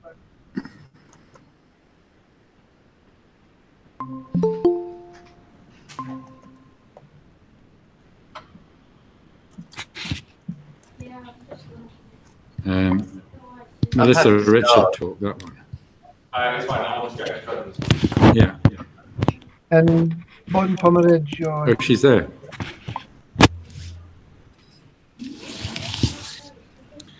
Hi, Melissa. Hi. How was your Miro Maze experience? It was great. He had such a great time. I'm the best mum in the world now. All right. After a grumpy week of isolation home learning, I'm the best mum now. What was his time? 140. He had 2 out of 3. The first one was the longest one, and then the second 2 were both 140. All right. Okay, it's much better than I did. Oh, was it? So, yeah. How did you do? Um, Is Richard here? Richard is joining. I don't know if Okay. he's. Oh, here he is. I think Richard went Richard's after. just had a go, I think. I can't get in the right room no matter what I do. We're gonna have a moment, but we're gonna start the interview because I like my claps. So Okay, we're not. Are we live or are we not live? We're live waiting for. Okay, but we're live, but we haven't officially started. okay, we're waiting for it. So we're going to talk about robots in education and the various events that are coming up, and just generally about what we think. And we're also going to talk about the white paper, which is coming out next month. So, Richard, where are you? In the wrong chat. I can see him in another chat. Right. Weird. Yeah. Well, He's not in this one. you probably see the feed. Richard, you need to go in the other chat. He's looking under his webcam. He has to do this. Hold on, let me go get him. You have to go in another virtual room. I will need to hop off exactly at 3 o'clock. So if people are busy in a conversation, I won't say anything. I'll just disappear. Richard, you need to come in the room. There we go. Yeah, it's looking a bit nonplussed. It's not behind this room. All right, now we have echo, so we're going to go with the echo. Are we all here? Yes. God, the live stream's going crazy with flipping angles all the time. Hooray! Okay, so we're all here. Connor, was it go? Yeah, good to go. Wait. So interview starting. So hello again, everybody. We're going to have a chat now about robots and artificial intelligence in education. And we're talking with Melissa Butt, who is the director of discoverystem.org, which is a not-for-profit UK organization which organizes teacher training and generally supports getting more kids involved in robotics and AI. And with Richard Waterston, whose camera seems to be off, there he is, who is the lead author of a new report that is coming out next month from the UK Robotics and Autonomous Systems Network about teaching and education or education and skills in robotics and AI. So, Richard, let's start with the report. What do you think is the main challenge, and how do we overcome it? What's the finding, and what's the main recommendation from your report? You're muted, Richard. And you're frozen. I shall start again. The main challenge is turning the microphone on plainly. Without going into kind of too many horrendous statistics about just, how poor the UK is in terms of its skills profile compared to a lot of our industrial competitors around the world. I think the main challenge really is, especially post-Brexit and COVID, is to really kind of meet, what will be a huge kind of increased acceptance of robotics, a huge opportunity for the UK as well to increase productivity and sort out a lot of its labour issues using robots and using autonomous systems more. But the challenge for that is that we're very behind on the requisite skill sets, basically, for that. So I think that the main challenge is to find kind of scalable and really kind of cost-effective, really, solutions to how we can prepare the UK population for the workplace of 2030. And I think the government has this year come out with some, with some good programs with the skills toolkits, the national retraining scheme. There is also the apprenticeship scheme, T-levels. These are all kind of piling up as suggestions the government's offering. But there's just a slight worry over the funding of those, really, and whether they can be, funded sufficiently to actually to make a real impact for, what is a huge and urgent challenge to improve UK skills. Recommendations, I think then the key to it is really trying to find solutions that are scalable and are cost effective. But one thing that we're really working on is learning factories, really, and that there's been some fabulous examples around the world and around Europe, kind of possibly started by MIT with the Fab Labs, a whole 20 years ago plus now. And we really think that something like kind of robotic learning factories, around the UK, with mobile units as well that could maybe use schools and libraries, as bases, could hugely help. Where really, what we're really trying to do is give people practical, and I know Melissa will talk really interestingly on this, is to give people real kind of tangible and practical experience of robots. I think one thing, talking to a lot of employers around the UK, is that they feel that the people who are coming out of schools and universities, and even the training schemes that are there, really lack actual practical knowledge, really, and kind of hands-on experience of robots and the other technologies fueling the fourth industrial revolution. So we really feel that if we can, in a cost-effective way, that we feel that robot learning factories and mobile robot units carrying robots around the country can have a real impact on that, to just really help people get their actual hands on robots and really then get more of an understanding of the underlying technologies. The sort of learning factory is a bit of an unfortunate term here, because we're not manufacturing learners children in these robot factories. Replacing children with robots. Yeah, so it does sound a bit like we're doing that, but that's not what the recommendation is. So the explain a bit what a learning factory is, Richard.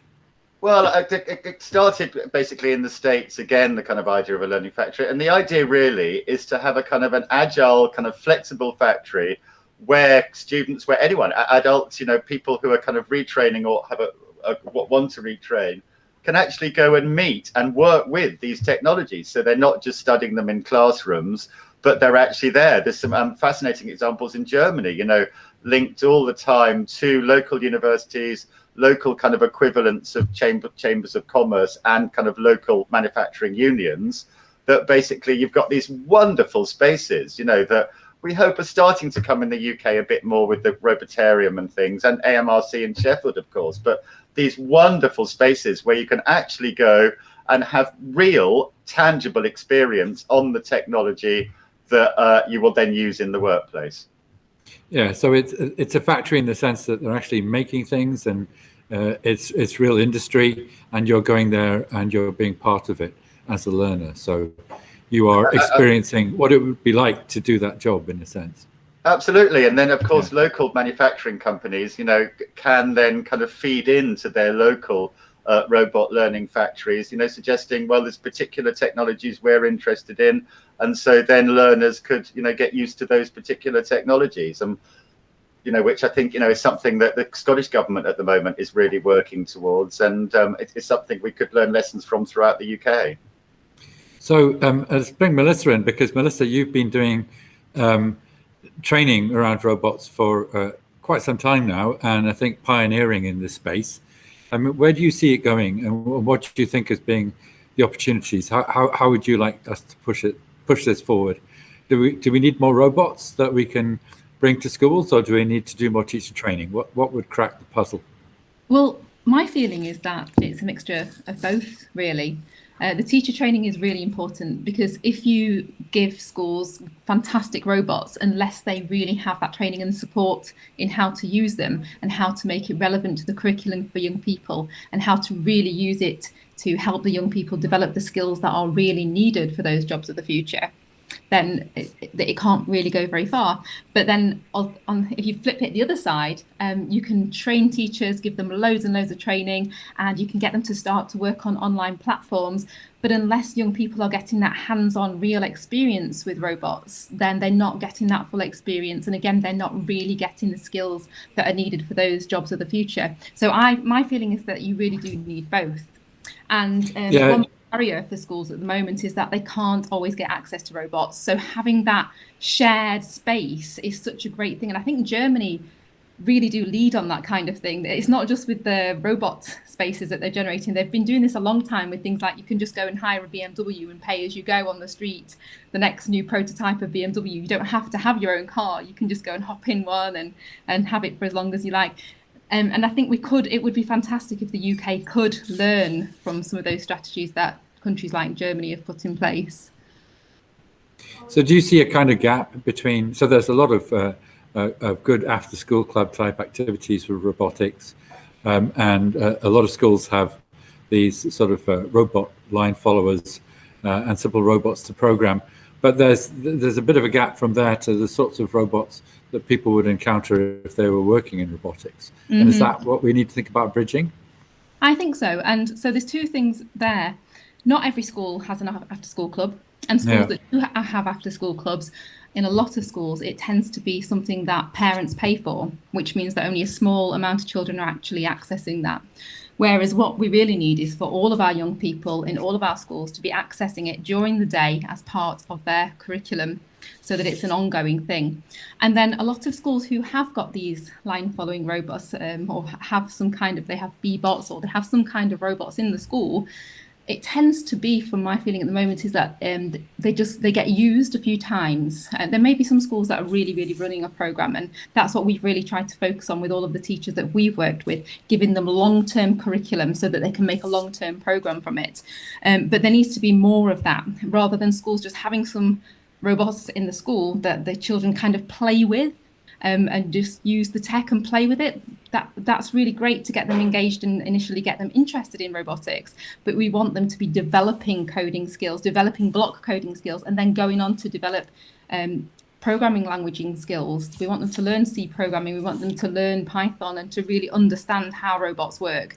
And teachers need support and be able to teach that kind of education. So I think that there really needs to be that relationship between the universities with that kind of academic knowledge, and then the schools getting the resources that they need that are suitable for the children at that level, but then link into the skills that are needed at university and careers, and then those robots being available as well. So I think there's a lot that we need to work on.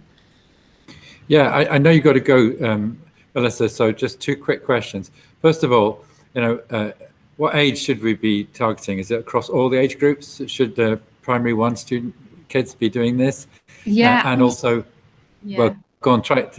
Let me know what's the answer. Should we start at P1?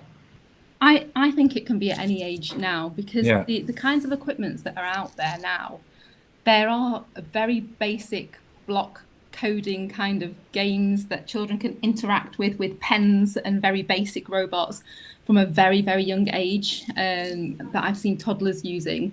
And they're actually starting, they don't realise, but they're actually doing a form of conditional judgment as toddlers. Yeah. They don't realise that, but they're getting it to, if the robot's near a wall, to stop, or when it goes on a flower to turn left, that kind of thing. But these are children who can't read or write, they're just using a pen and pictures.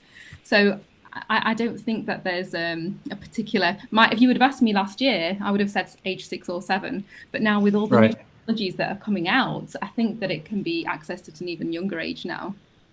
Yeah, and I think there's evidence that, stereotypes, particularly around gender, sort of kick in from age 3, 4. But if you can intervene and get kids that age interested in robots, that can change their perception of what they might do when they're adults. And so it probably is important to start at a young age. Yeah, so just sorry. Well, I know you have to rush off. I wondered if you wanted to tell us what you're doing this summer, because I know you've got some exciting robotics activities lined up. Do you want to just quickly tell us what they are? Yeah, so we've got our usual programs running in our holiday programs in our centre at Discovery STEM Education. We've got lots of programs using our World Educational Robotics programme and using Miro as well. So we get children solving real-world problems using Miro every day of the 6-week holidays, Monday to Friday.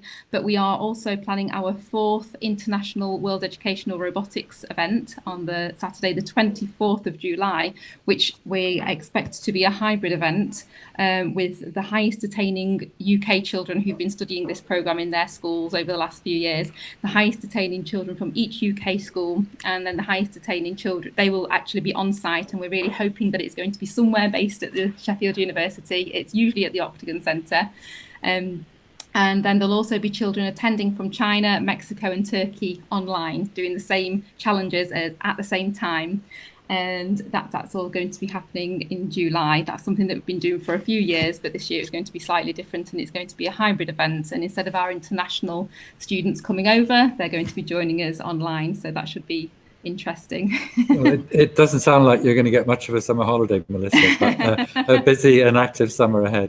So thanks very much for joining us, and I hope you're not late for picking up your kids at school. So yeah, Richard, we can stay on the chat a bit longer, and Michael and Daniel are here as well. Maybe we could talk a bit about the opportunity that telepresence affords for education, particularly distance education. I mean, what do you think we might be able to do that we couldn't do before, because we now have this opportunity to teleport, if you like, into remote environments?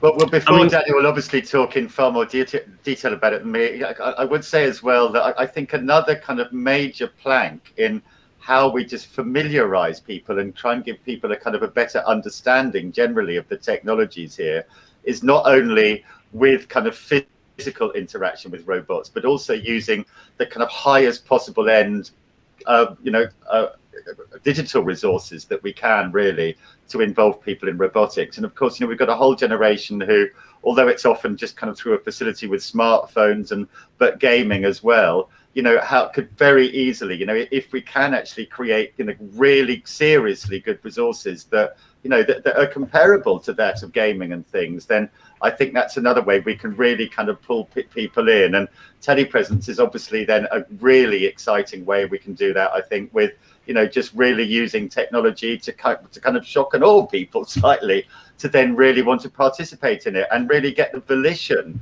to want to do it. Because of course, we learn if we really want to find out about things, that's how we best learn. And the more that we can use technology to bring people in, the better. Yeah, I think gamifying education is really important. I was looking at Samuel Papert, who was one of the pioneers of computer-aided education back in the 1970s, really, and he invented sort of Turtle Logo. It's one of the first education robots, the Turtle, with a pen in it that could draw stuff, and you could use this to learn maths. And one of the things he said was, well, nobody ever invented a computer game and advertised it by saying it was really easy. And that's kind of what we do with education. We sort of try and make it really easy for people. And maybe the challenge isn't there for them in the way there is in games. So we can learn from the gaming industry to make challenges at the right level of difficulty that people just get engaged with them and want to do well. And so there's something about the way we're pitching it that isn't working. It's got to be at the right level of difficulty, but also at the right level of complexity too. So as here, the Turtle robot, compared to the games that you can download and just run off your phone, there's nothing there to excite a student today. So if you're trying to target a student with certain lessons, certain tasks, especially in robotics, they need to be more immersive or as immersive as the games that you'd find today on mobile phones or tablets. And sort of teleport is a way to, first of all, bridge the issue around the availability of hardware. So that is one of the big issues here, in that not everyone has access to these robots, and it's very good to keep that in mind. And telepresence, the fact that you can remotely connect to and experience a robot, experience the physicality of a robot via something like we're doing here today, is quite important in at least starting to bridge that gap. Then secondly, it's not just the fact that you can teleport. I think, Melissa, had and actually you, Tony, put a great point there. There is also a division between what's available right now in terms of education, what you can do within education, and versus what's possible to do in industry. So there's a very big gap that needs to be bridged between the capabilities of robots being used in the classroom, or rather how they're being programmed, or how the teaching around those robots is created, and the actual reality of the industry, where things are more complex. You've got bigger, better robots. And I do believe that sort of the code that we've created, the software we've created, Animus, is a great way to start bridging that divide, being able to control robots on any part of the complexity scale, from very simple robots that you can find in a classroom all the way up to really complicated robots for search and rescue or for social interaction, much like Miro, and even more complex than that, all with the same common language. I believe that starts to bridge that gap, and Teleport starts to bridge the gap in having access to physical robots. I'm not disagreeing with any of that, obviously. I wanted to roll back a little bit, though, and just, Richard, I think you touched on it, and Daniel, you have, and I'm asking partly because I know this is something that we all care about. But how do we prevent this fantastic thing that's happening with robotics and with robotics education becoming something that's just happening to a small group of people that can afford to do it? And I'm not talking about necessarily even economically, that go to a school where they can afford to buy robots, but also a kind of intellectual elite, maybe, that where mom and dad are clued into, we got to get the robotics revolution. We need to take everybody. We don't want to have these left behind spaces anymore where people are somehow not doing this kind of stuff. So how, Richard, do we do that? Well, you're absolutely right, Michael, and there obviously is this huge problem, isn't there? That after school clubs, as you were saying, it is often the preserve of kind of, you could say middle class kids with driven parents, kind of thing, and that's definitely true. And inclusion is vitally important for the UK as a whole, where we go with this, and just from social reasons that we've got to do everything we can to include more people. And I think straight away, this reflects a project that at Cyberselves and with RAS that we've been working in recently, called the Inspire project, where basically the only way that we can see that you can genuinely reach people who are so-called difficult to reach, to include as many people as we can, is by trying to work with the curriculum. And there's no appetite at the moment for just ripping the curriculum up and starting again. I think government level teachers, that's not somewhere where we want to go. So what we're looking at doing is what we can do to actually try and integrate robotics, AI, IoT, all these amazing technologies that are fueling 4IR and kind of accelerating, is to try and actually get them into the curriculum within the subjects that are there already.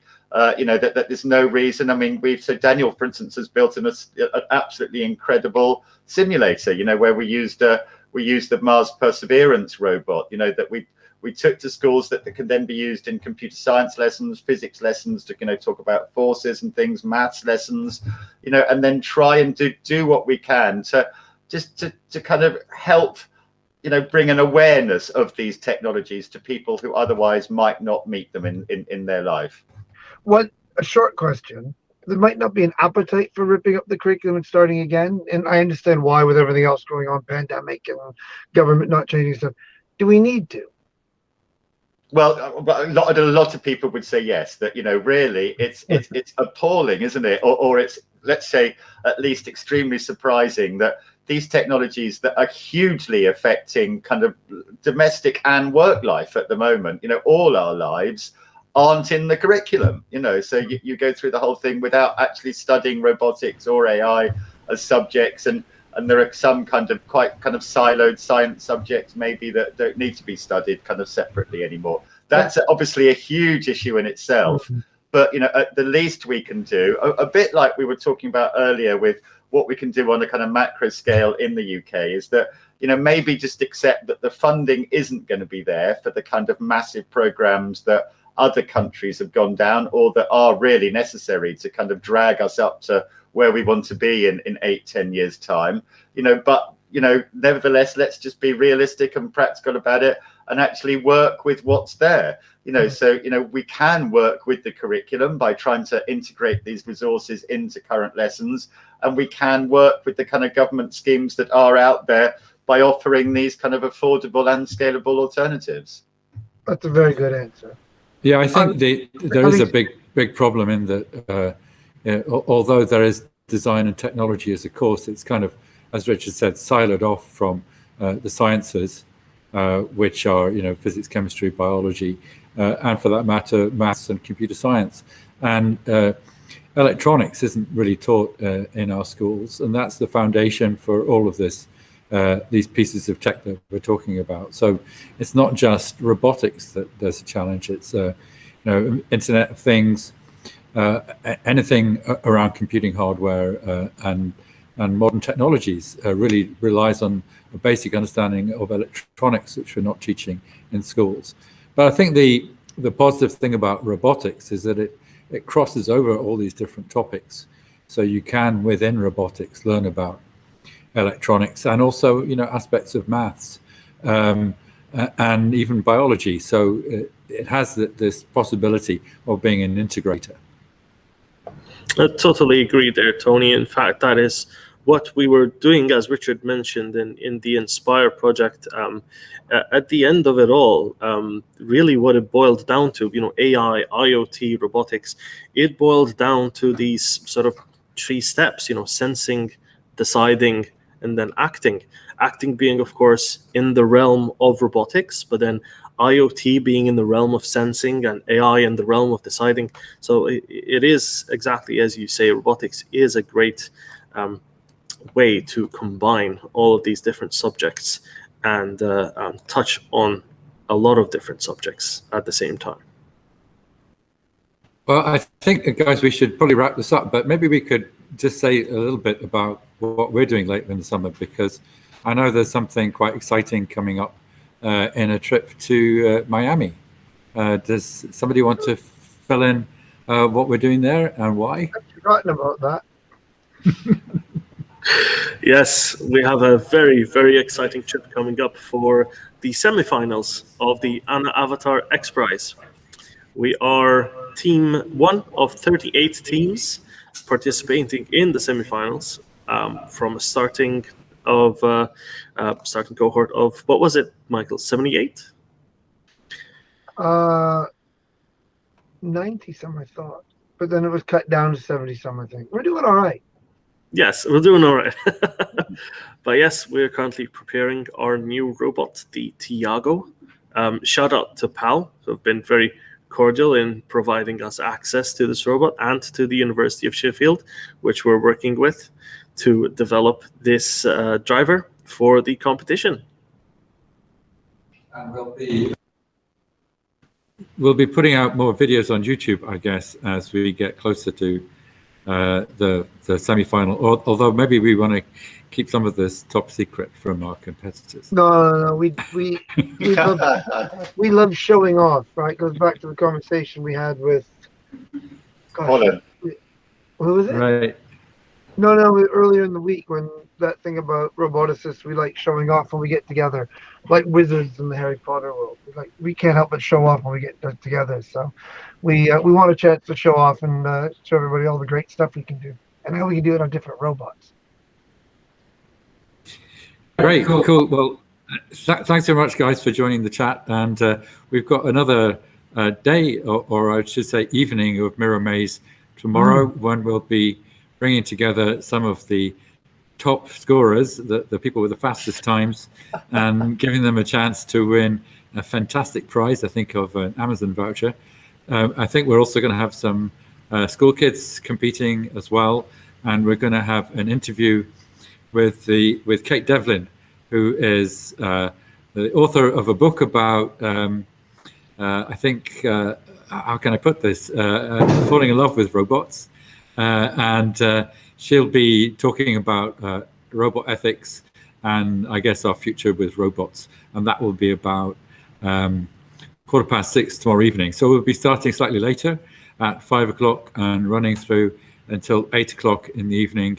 And at the end there, we will have our prize giving. And we'll also have live commentary, I think, from Jordan Boyle, I think it is, from, is it Newcastle University Jordan is from? And he's going to be joining the commentary team for what I think was going to be a very exciting Miro Maze final. So please join us tomorrow at the later time of 5 o'clock. I'm Thank sure all you, the and see you fans then. that have been enjoying our commentary for the last few days will be devastated to hear that we're bringing in a professional. But rest assured, he knows what he's doing.